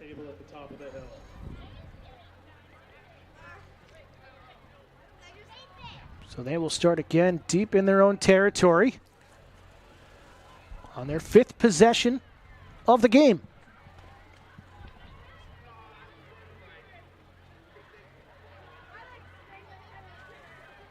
Oh, after the play, personal foul on the Golden Eagles on the receiving team, so this is going to be moved back further.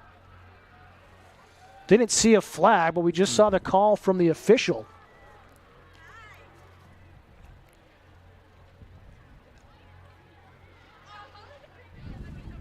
And if this is ever a time for Plymouth to get a stop, this is it. Well, I think looking forward, the teams that Plymouth plays are not going to have the firepower that Sauhegan and Gilford Belmont have. And I think, if anything, the kids may have a little bit of confidence in the fact that they've been able to move the football on the ground. And with that, I think that could be good enough to get them through the rest of the season. Dropping back to pass, wide open over the middle is Grant again, trying to shake the safety. He's tackled at the 40, a 30-yard play.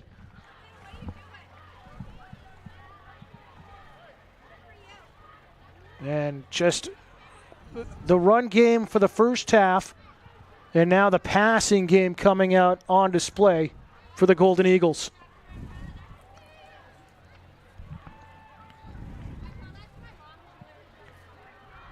Back to the forward wide receiver, set, split evenly. Kiddo alone in the backfield in the shotgun here. And there it is. There's the shift. You were waiting for it. I was expecting it. And it caught them. I have not seen many teams not jump when he does that. I asked Lammy, I go, you did it 5 times, dude. He says, yeah, it worked 4 times. So, you go with what you got. And yeah, if it works, it works. Why not? Give yourself some free yardage. Yeah. Give that buffer zone, that extra 5. And this coaching staff for Plymouth is very good. You got some experienced guys out there who really know the game, and these kids are certainly getting what they need to understand what to expect.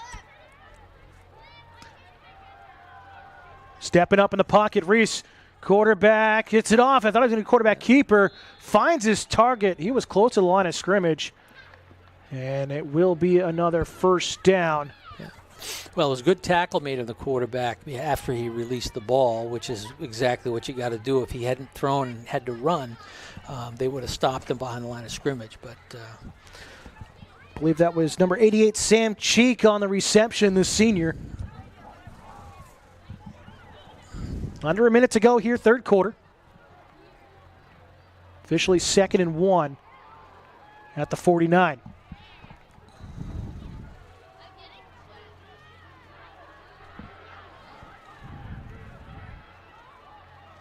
Hand it off, Kiddo, up the gut, gets the first down And pushes forward for an extra yard after contact.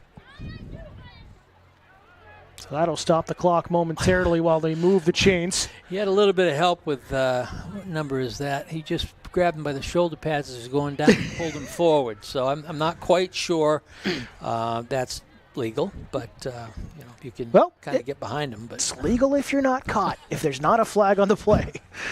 And it's certainly not going to be the play that makes a difference in the game. So,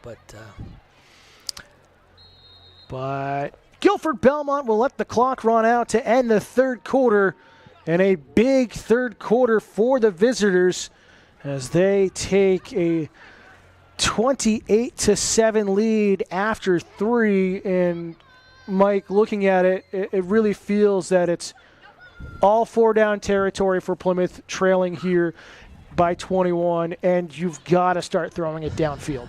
Yeah. You be selective. You've got to go with stuff that's quicker. He's not going to have the time, I don't believe. So it's got to be something that's short and quick. Mix it up a little bit.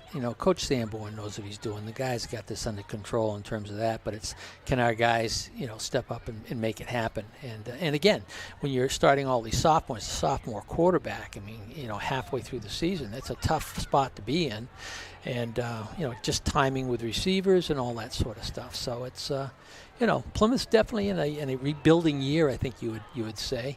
And these kids that are sophomores are going to be that much better next year. But I know Coach Sanborn doesn't really care as much about next year as he does this year. He always looks at just the game ahead, never looks down the road. Yeah.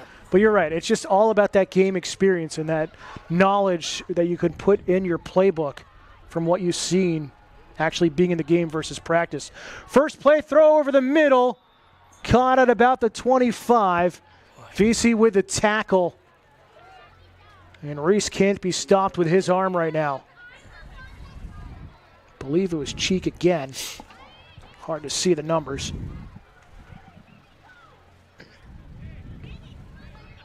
So it'll put the Golden Eagles at the Bobcat 21. Again, fans, join us next week. We'll be on the road at Kennett, 7 p.m. kickoff on Friday night right here on Pemmy Baker TV.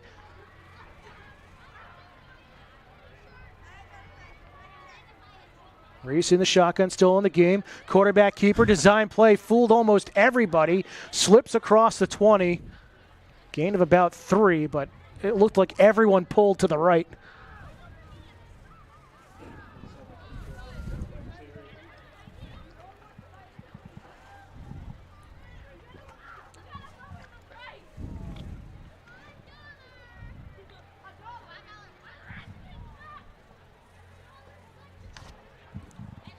Talk about some of the younger guys. We see Tyler Medeiros, number 77, coming back into the game on that defensive line for Plymouth. Handoff left side, and good protection by the defensive line for the Bobcats. And it was Kiddo again on the carry, number 26.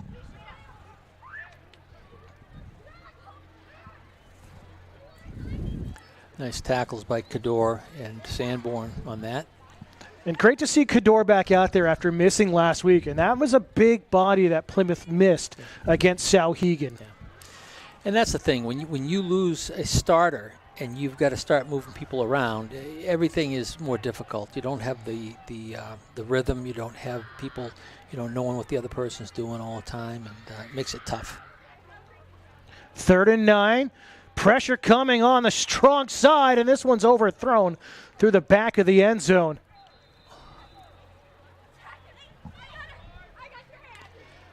And there is a flag on the play, and it looks like it's against Gilford Belmont. Maybe a hold on that. They were putting some pressure on them. It is a hold, and they're talking to Plymouth, so it's got to be against Gilford Belmont. Chris Sanborn gonna. There we go. So we got a holding. We'll take it. He denies it, so it's going to be 4th and 9 now. Okay. And I like that call. Just deny it. Don't move them back. They've been throwing it, so put them on 4th down. Well, my prediction here is we're going to see this fella run. He's going to roll out, and he's either going to be able to throw or run. You got a guy that versatile. That's what you want to do.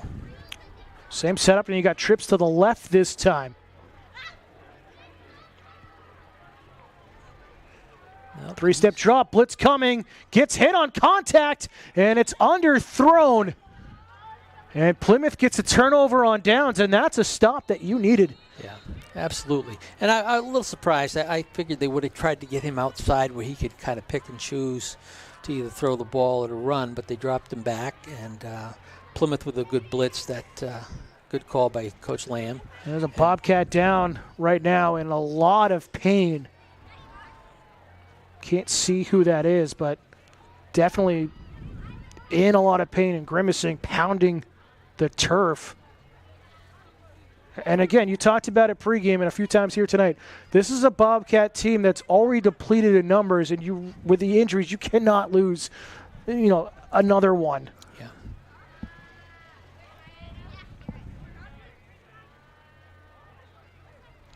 So training staff out there, John Bruley and company.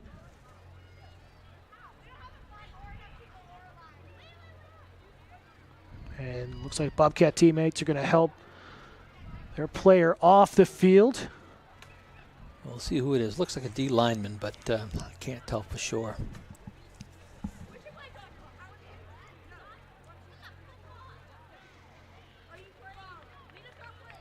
Now, if they're helping him off, it's got to be an ankle or a knee or something. Yeah, it's looks like number 63, Zach Carter. Yeah. Junior, listed 5'10", 215, so another big body. You're down on the line. I didn't see it. It was after the throw. Yeah.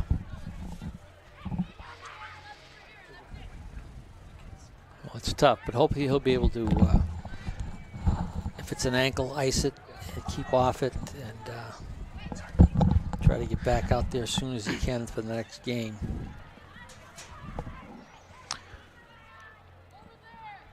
So back to action here. Bobcats after the turnover on down. Here's Dylan Welch cutting back up inside.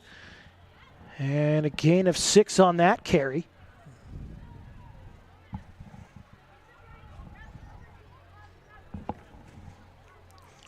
But at least, Plymouth got the touchdown. You get that kind of monkey off your back after a tough homecoming week. And you've mentioned it, a lot of things to build off of and a lot of positive to take away so far here tonight because you've been able to move the ball consistently.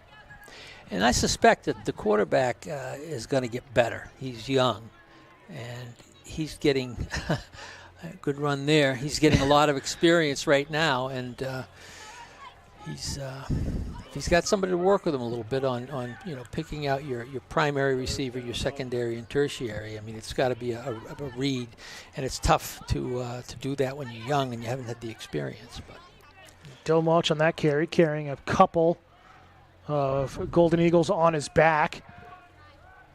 But yeah, you're right. I mean, we've seen Luke Diamond. He had that big touchdown against Laconia, had his first career start last week. It's getting that experience, and he's getting more and more comfortable in the pocket.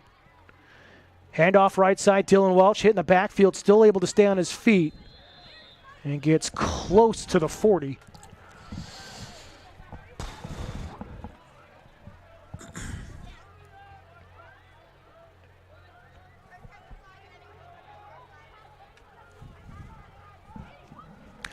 .8:26 and counting here in Plymouth.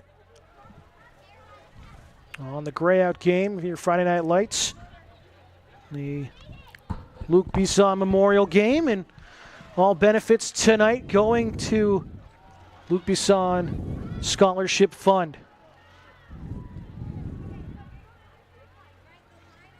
Fallback, handoff. It is up the middle. I thought it was going to be delayed, and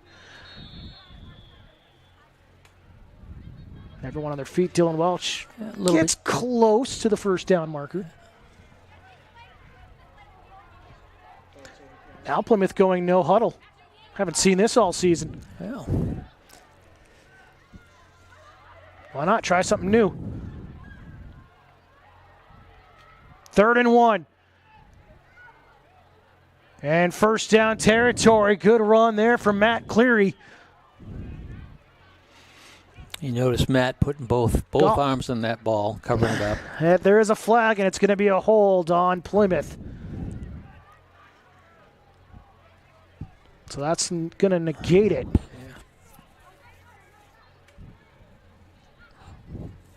And it will bring up fourth down here. Well, they get it's going to have it. He signaled fourth. I was really confused by that, but yeah, it should be 3rd and 11. We got to keep these guys on the straight and narrow. They don't, they're calling fourth down. It's 3rd down. Come on. Well, I do remember a specific game at Kennet. I know I mentioned a few times where Plymouth was granted an extra down. It was that 5th down play in 2019. Couldn't get a first down, but remember the Kennet coaching staff up where we were in the press box just screaming into their microphones. Handoff, big running room up the middle. Here goes Dylan Welch off to the races. He's across the 30. Can he be in? He's going to be tracked down from behind, but he trips in for a Bobcat touchdown. Big run from the senior. Heck of a play. A great run. Again, the wing tee, quick hit. Get through that line of scrimmage. You got a guy that knows how to cut, knows how to read the field, and he's off to the races for a big run. And showing good stamina with his speed. You got somebody chasing you from behind, and you're able to stay ahead of him and be able to keep balance to get into the end zone after being tripped up. But he's a skier. He's going to have great balance. He's a phenomenal skier. And Ciotti with the kick, and it's good. I think that was a 71-yard touchdown run from Dylan Welch. Puts him well over 700 yards. Again, we don't have live stats, but he has been dynamite. And, again, inching closer to another 1,000-yard rushing season. Well, I'm curious here. It's 7 minutes left in the ball game. You're down by 2 scores. Yeah, you go for the onside kick. I think we might see that. And I know that Coach Boyle does special teams, and they work on that a lot. And but I would imagine that the hands team would come out for Gilford Belmont. But if not, but we've seen Plymouth executed a couple of times this season on a designed onside kick. They've also recovered a couple off of the receiving team. So they've got a great special teams as well, as you mentioned, under Coach Boyle. So we'll see what happens here. But you're right. It's 7:02 to go. You're down by 2 scores. What can hurt with going for it? Well, you get the ball back, and if you're able to break off another quick score, now you're talking 7 points. And you're still going to have about 5 minutes left in the game. So that's plenty of time for things to happen. So Ciotti getting set for the kickoff. Little offset to the right. Here at the 40. And they're expecting it. Look at their but that's okay. They've got to make it happen. So seeing some funny bounces, and the lights can play a factor. Oh boy. Yeah. Here we go. Set for the kick. Ciotti gets it off a player. It was loose for a second, but Gilford Belmont will cover up just over midfield, and it was Kiddo who covered it up. And there's the hands team you talked about. Solid running back. Yep. Well, and this is what, Coach Sambor did what he should do and what he needed to do. He knew it. And if you make it, you're the greatest coach in the world, and if it doesn't happen, well, why did he do that? Well, he had to do this at this point. With 7 minutes left in the game, down by 2 scores against this team, Gilford Belmont, you've got to try to get the ball back in your hands. You sure don't want it in their hands. It was nice, though. You get the awareness. You've gotten a stop. You stopped them from scoring a touchdown on one of their drives here tonight.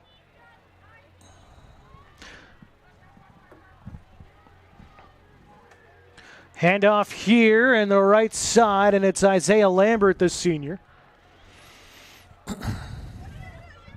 And it looks like we've lost our connection with the scoreboard across the way, so our clock is stopped at 7:02. So we're going to try to fix that for you. Technology, I tell you. Well, we may need more time. We're going off of this one, guys. Yeah, let's keep ours. I like our numbers better. Yeah, so it looks like that's gone for the night. So we're going to go off of the field clock. Under 6.5 to go now. 2nd and 7. Handoff up the middle. Good protection. And again into Bobcat territory.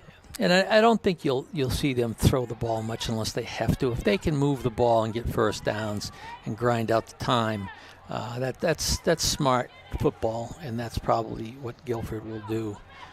They've got a 2-touchdown, lead, and they've got less than 6 minutes left in the game. So it just behooves them. They're 3rd and 3. They pick up a first down, and they just keep pounding the ball.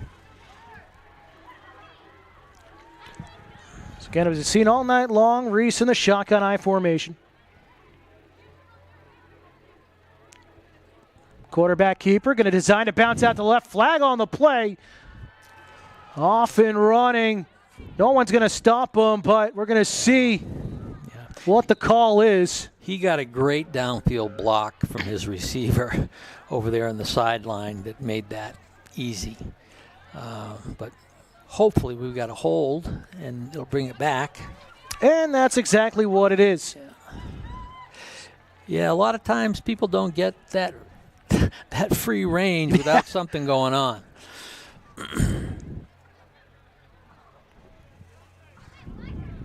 So they'll mark this off.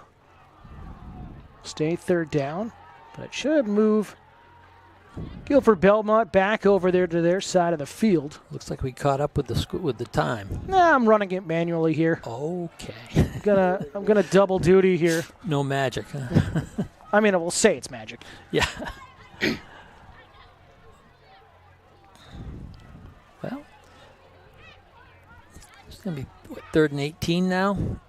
Should be. I have it at 3rd and 15, but yeah, it should be 3rd and 18. Okay. Either way, 3rd and long for the Golden Eagles. Handoff, Kiddo. Going to be hit at the line. And it'll bring up 4th down. And again, Plymouth, although it's late in the ball game, back-to-back stops against the strong offensive side.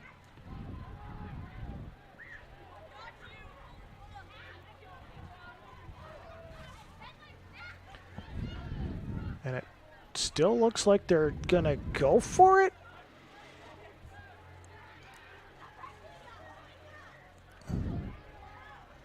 Seeing a lot of different things right now. But I haven't seen a punting unit come on. I think they're just going to run down the clock and take a timeout. That's exactly what they're going to do. So Gilford Belmont will take their first timeout with 4:30 to go here in the ball game.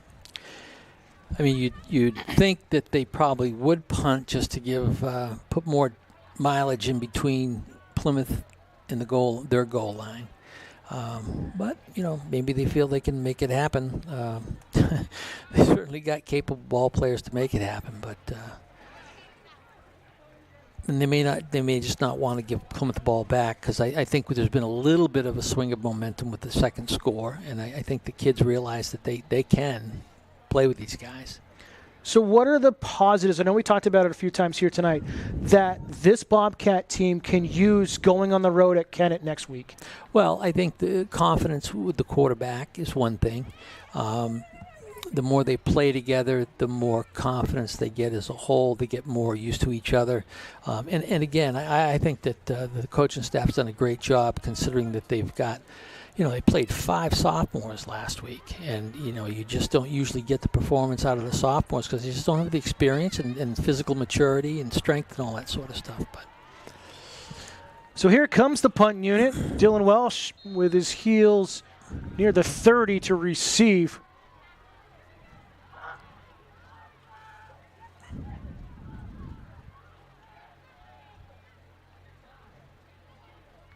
Good kick, good snap as well. And fair catch signaled by the captain. And Plymouth will look to get Another touchdown here and make it reasonable. Well, I mean, I don't know how long it took Dylan from the handoff to the end zone last time, but not long. You know, let's hope for some big plays here. That's what we got to get, and let's hope it happens. So 4:24 to go here in the fourth quarter. Bobcats trailing by 14. Here in the first ever night game in the history of Plymouth Regional.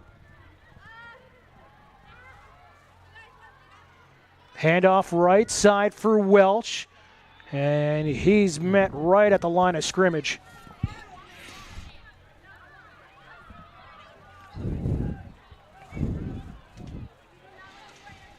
They'll give him a gain of 1. You know, something with the young quarterbacks. Well, I'll hold off for a minute. Diamond under center. Going to drop back to pass. Under pressure, scrambling in the pocket, and he's going to be sacked for the second time tonight. And a timeout taken by Plymouth. Their first charge timeout here. 3:49 to go. But go ahead and make your point there, Mike. Well, you know, as happens often with me these days, is I forgot what I was going to say. But no, but young quarterbacks. It was around young quarterbacks, and the thing is, you know, one of the things that I always found in coaching quarterbacks is a lot of them they don't carry the fake out, and you know, on some of these plays, the quarterback should be you make the handoff, but you pretend you have the ball and you go like you're going to go backside. And if nothing else, by doing that, you watch and you see what the defense is doing. As a quarterback, you get some depth and you can see. And if you see that the penetration is following that, you work on those fakes and you end up taking advantage of that. But it's very common, I think, for young quarterbacks to not carry out the fakes. They watch the play. But what I've also noticed, and it's been kind of a theme with Diamond, is that, yes, he's a righty quarterback, but he's dropping back with his left shoulder back. Then he has to spin around, so it's an extra second or two. Yeah. Little trickery here. And falls incomplete. Trying to go for the home run shot. But it'll bring up 4th and 15. Little hook and ladder didn't connect.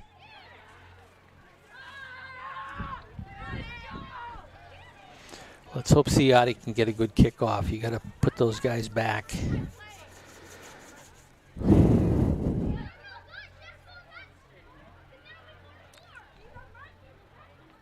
I don't know.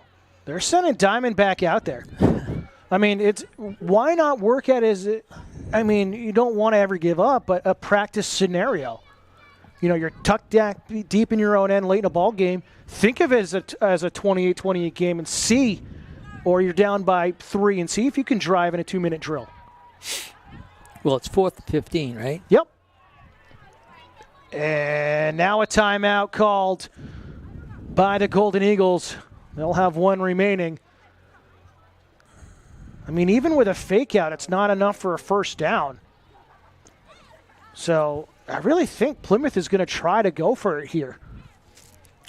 Well, if they do, maybe they've got a trick play. I know a couple of them that they've run pretty well over the years. I won't mention it in case somebody's got, someone from Gilford's listening to this. Hello, everybody. No, but either way, whoever you're rooting for, wherever you're watching from, thank you for tuning in here tonight with us here on Pemmy Baker TV. It's been a blast covering this first ever night game, and to honor Luc Bisson and all he meant to not only the program, but to the community, to the school, and really honoring his memory in the right way. He was such a good kid. He really embodied, the basic fundamental things you need to be successful in life. And no doubt he would have done well in life. So 4th and 15. Plymouth going for it. Diamond drops back, gonna air this one out over the middle. Oh! Just out of the reach of Ciotti. Thought he had it for a moment, but young kid showing his arm, but a turnover on downs.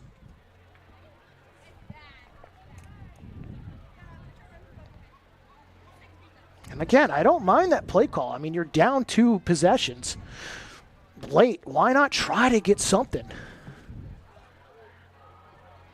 Yeah, it's certainly a tough position to be in because you're playing against a team that has outplayed you, and they're deadly. They can score at any point in time. You're not in ideal field position because they may well score again. But like you said, they nothing to lose, I suppose. But tough spot to be in. Handoff for Kiddo, right up the gut. And he'll be inside the red zone.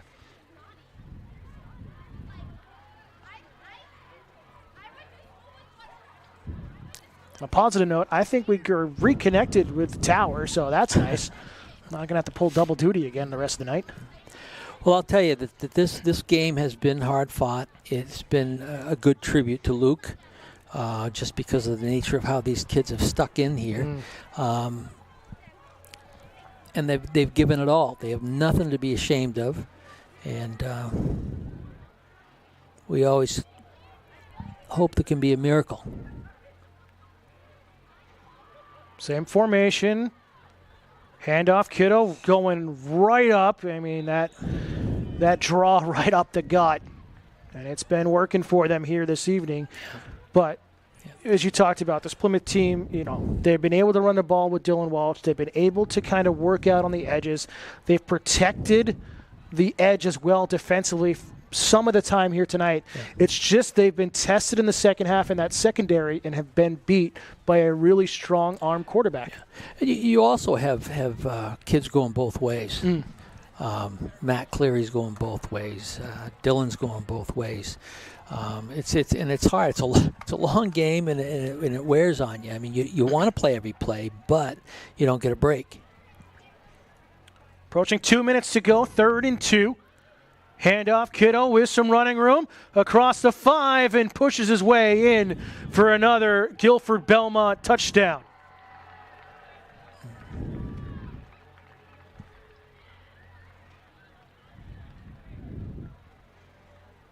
So that go for it on 4th and 15 turns into a quick touchdown the other way for the visitors, and they have a 34-14 lead here under 2 minutes to go.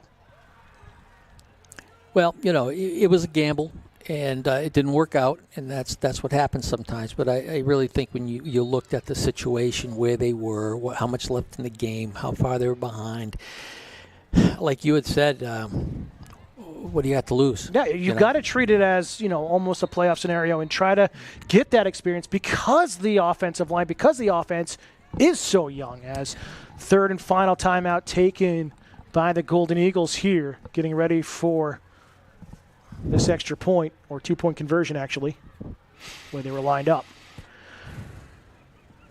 So Plymouth will drop, unless something crazy happens here in the final 2 minutes. They'll drop to 3 and 3. Again, still a chance to get in the postseason here in the second half of the season. You've got Kennett next week, then you're home. You've got St. Thomas after that, and then you're at Sanborn, I believe, to wrap up the regular season. So those 3 games are winnable.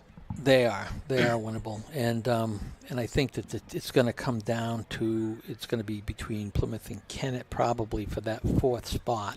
And that tiebreaker next week is huge. And it's whoever beats the other team, head up. But actually, I think Plymouth would end up 6 and 3 if they were to sweep the next 3 games, which I think they have the ability to do. So extra point attempt here instead.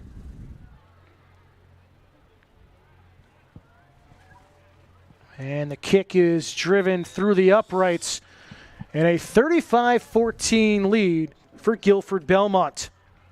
So they are looking primed to stay undefeated and move to 6-0 in their 2022 campaign.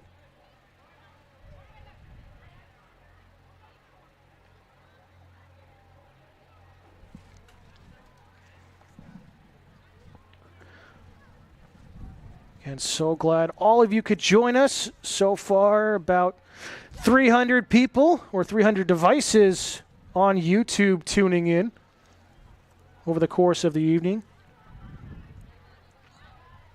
Shout out to all the fan bases.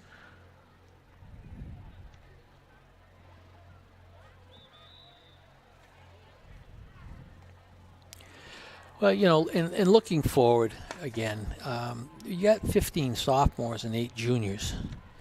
So you got 23 kids coming back next year.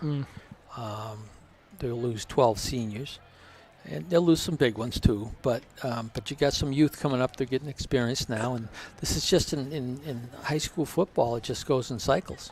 And again, we've seen like the JV, the freshman team. They have been on a roll this season, too. So there's a lot of talent, not even on the varsity roster, coming up through the ranks, too, over the next couple of years. Yeah. And numbers, I think, everywhere in football are going down. With the CTE, with the brain injuries and that sort of stuff. It's Bobcats will pick it up on the squib kick across the 25. Didn't see who that was. It was Gabe Keene on the return. So Plymouth will take over at the 29-yard line here on what could be their last possession of the evening.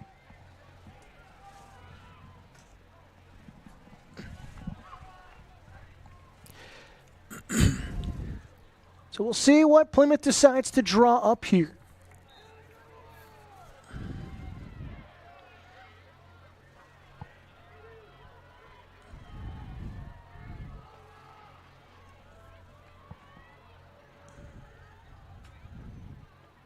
Rolling out, throwing it back across, and oh, what a dangerous play. Trying to get a screen going across your body that's questionable, to say the least. A tough play, but luckily it wasn't returned for a touchdown. Yeah, well, you know, there's a lot of stuff that the quarterback can work on. I mean, footwork is really important. It's really important in a screen pass. And they had 2 defenders with the with their screen guy, you know, over there. So it's like a ball that should not have been thrown at all. But, you know, again, he's young. He doesn't have the physicalness that he will have, and he'll learn a lot from it. But yeah, this is a kid with a lot of potential at the quarterback position. Double handoff right up the middle. Dylan Welch across midfield, still on his feet, and he'll step out of bounds at about the 36. So good little trickery in the backfield by Plymouth. Well, that's the double handoff with the set man coming across, and that one. If you've got a defensive line that penetrates, you can pull that off because it gives you enough room in between. And that was great. And I think that was the first time they ran it tonight. Yep. They did run it, I think, a couple of weeks ago. Yeah, they did it at Laconia a couple times. I remember that. But worked out here well. Deep in. Flag here on the snap. Somebody must have jumped. Yeah, false start on the offense. But, again, we've seen most of the penalties against Plymouth coming in the second half. That first half, very competitive. 7-7 at the end of the first. No penalties in that first quarter. And it was shaping up well. It's been a good football game. And, I mean, if you take away the couple of big plays with Gilford Belmont, it hasn't been too offset. No. I mean, you take away those 2 touchdowns. Now you're looking at, one possession from, again, a 39-yard touchdown pass and a 64-yard touchdown pass here to start the second half. Yeah. So 1st and 15, minute 35 to go. Diamond, hit hard on his blind side. And that was just blown open. Trying to see that and that number. Came from the defensive end, I believe. Looks like 50. Gavin Clark, number 60, the junior, looking at the screen. Thank you to our cameraman and Eric Gooding. Yeah, I believe it was Clark who got that sack. Well, they had the blocker had to make a decision. Yeah. Who are you going to grab? One guy on his outside, one on his inside. Of course, you should usually go for the guy on the inside because he's the guy that's going to probably get in there quicker. But when you're out there doing it, it's a whole different story. Final minute of the ball game. 2nd and 20 for Plymouth at the 45 for the Golden Eagles. Welch in motion and another false start on Plymouth. And now looks like our wide receiver this side. Just getting the wrong snap count.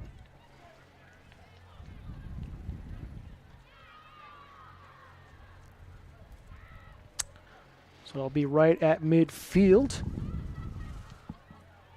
So Gilford Belmont, again, will move to 6-0 and keep their perfect season alive as they try to battle for that top seed here in the East, right? That's right. Yes. So many teams every year, East, West, how it changes, I can't keep up. Moving from the college to the high school level. Double handoff again in the middle. Welch still on his feet, trying to get to the outside, and again in the backfield throws it away to avoid the loss of yardage, but he'll stop the clock with 8 seconds to go. Well, these boys can hold their head high. They played tough. They played the whole game. They didn't let up. Not that I thought they would. And they just played a team that's bigger, faster, and they've got more man for man. They've got some better athletes. But that's for now. And Plymouth's got a future coming up. They got a lot of youngsters here, but their season certainly isn't over. No. And I expect them to make the playoffs, which some folks don't think they will, but I do, looking at the competitors that they're playing. And some of the competitors they're playing haven't really played very many difficult teams. Oh, they're playing that trick. Oh, he's offside. Yeah. It's a free play, but I like the trickery of getting the wrong play call, trying to run out to the sideline. They did that again at Laconia and got a touchdown, but pretty sure Diamond was about 3 yards downfield before the snap. I recall the first time we ever made that play, and it was against Laconia. And a young guy named Derek Preble was our quarterback. His mom teaches here at the high school. Careful. And no, it was great. It was great because he comes off to the sideline. Coach, and the ball gets snapped, and nobody goes over to cover him because I think he's going to talk to the coach, and off to the house he goes. Coach Sanborn has a particular name for that, and he named it after me, I think. Handoff here, final seconds going to tick off. Dylan Welch carries it across the 35, and that's going to do it here this evening as the game will go final, and Gilford Belmont will come away victorious 35-14. They will improve to 6-0 here this season. Plymouth falls to 3-3. But again, like you talked about, it's beyond the game here tonight and what this game means. Not only historic with the first night game, but it's also to honor Luc Bisson, and Plymouth really, Luc would have been proud with the way they played here this evening. Absolutely. A great tribute to him. And it'll be nice to see the school maintain his name through a scholarship. And he'll always be someone that they can look to say, like, if we need to reach down deep and get what we need to get to win, we think of Luc. So, Coach, any final thoughts before we turn the page, getting ready for Kennett next Friday night? Well, I think that the kids just need to get rested up, see if there's anybody dinged up. Hopefully our offensive tackle or defensive tackle that went down will be okay. And just get the quarterback throwing the ball quite a bit, working on some of his steps and everything. And, we'll be good to go. And I think I don't believe we had any fumbles. There was a fumble in the line of scrimmage, but it was recovered. That was the only one, though. And that was on the snap. Yes, on the snap. But nothing. There was nothing like during the exchange. No, and that was 4 or 5 of them last week alone. Yeah. Well, that's just it. If you can get the ball to the proper person, and you don't make those kind of mistakes, that's good. So I haven't spent any time talking to the QB. but I'd kind of like to meet Luc and see what's going on there. It's great that Sanborn's got the confidence to start him, as a sophomore. It's been a position that's really been pretty wide open all season long, and hopefully he'll come along, do some camps over the summer, get bigger, stronger, that sort of thing, and learn more about the game in terms of picking your receivers out and whatnot. So that's going to do it for us here tonight. We thank you so much for tuning in on this special occasion. For all of us, our camera operator and Eric Gooding, my partner here tonight, and Mike Courier, I'm Dan Salzer. Final score for the final time. It's Gilford Belmont 35, Plymouth Regional 14. We will see you next Friday night on the road at Kennett for another Friday Night Lights game here on Pemmy Baker TV. Have a great holiday weekend, everybody.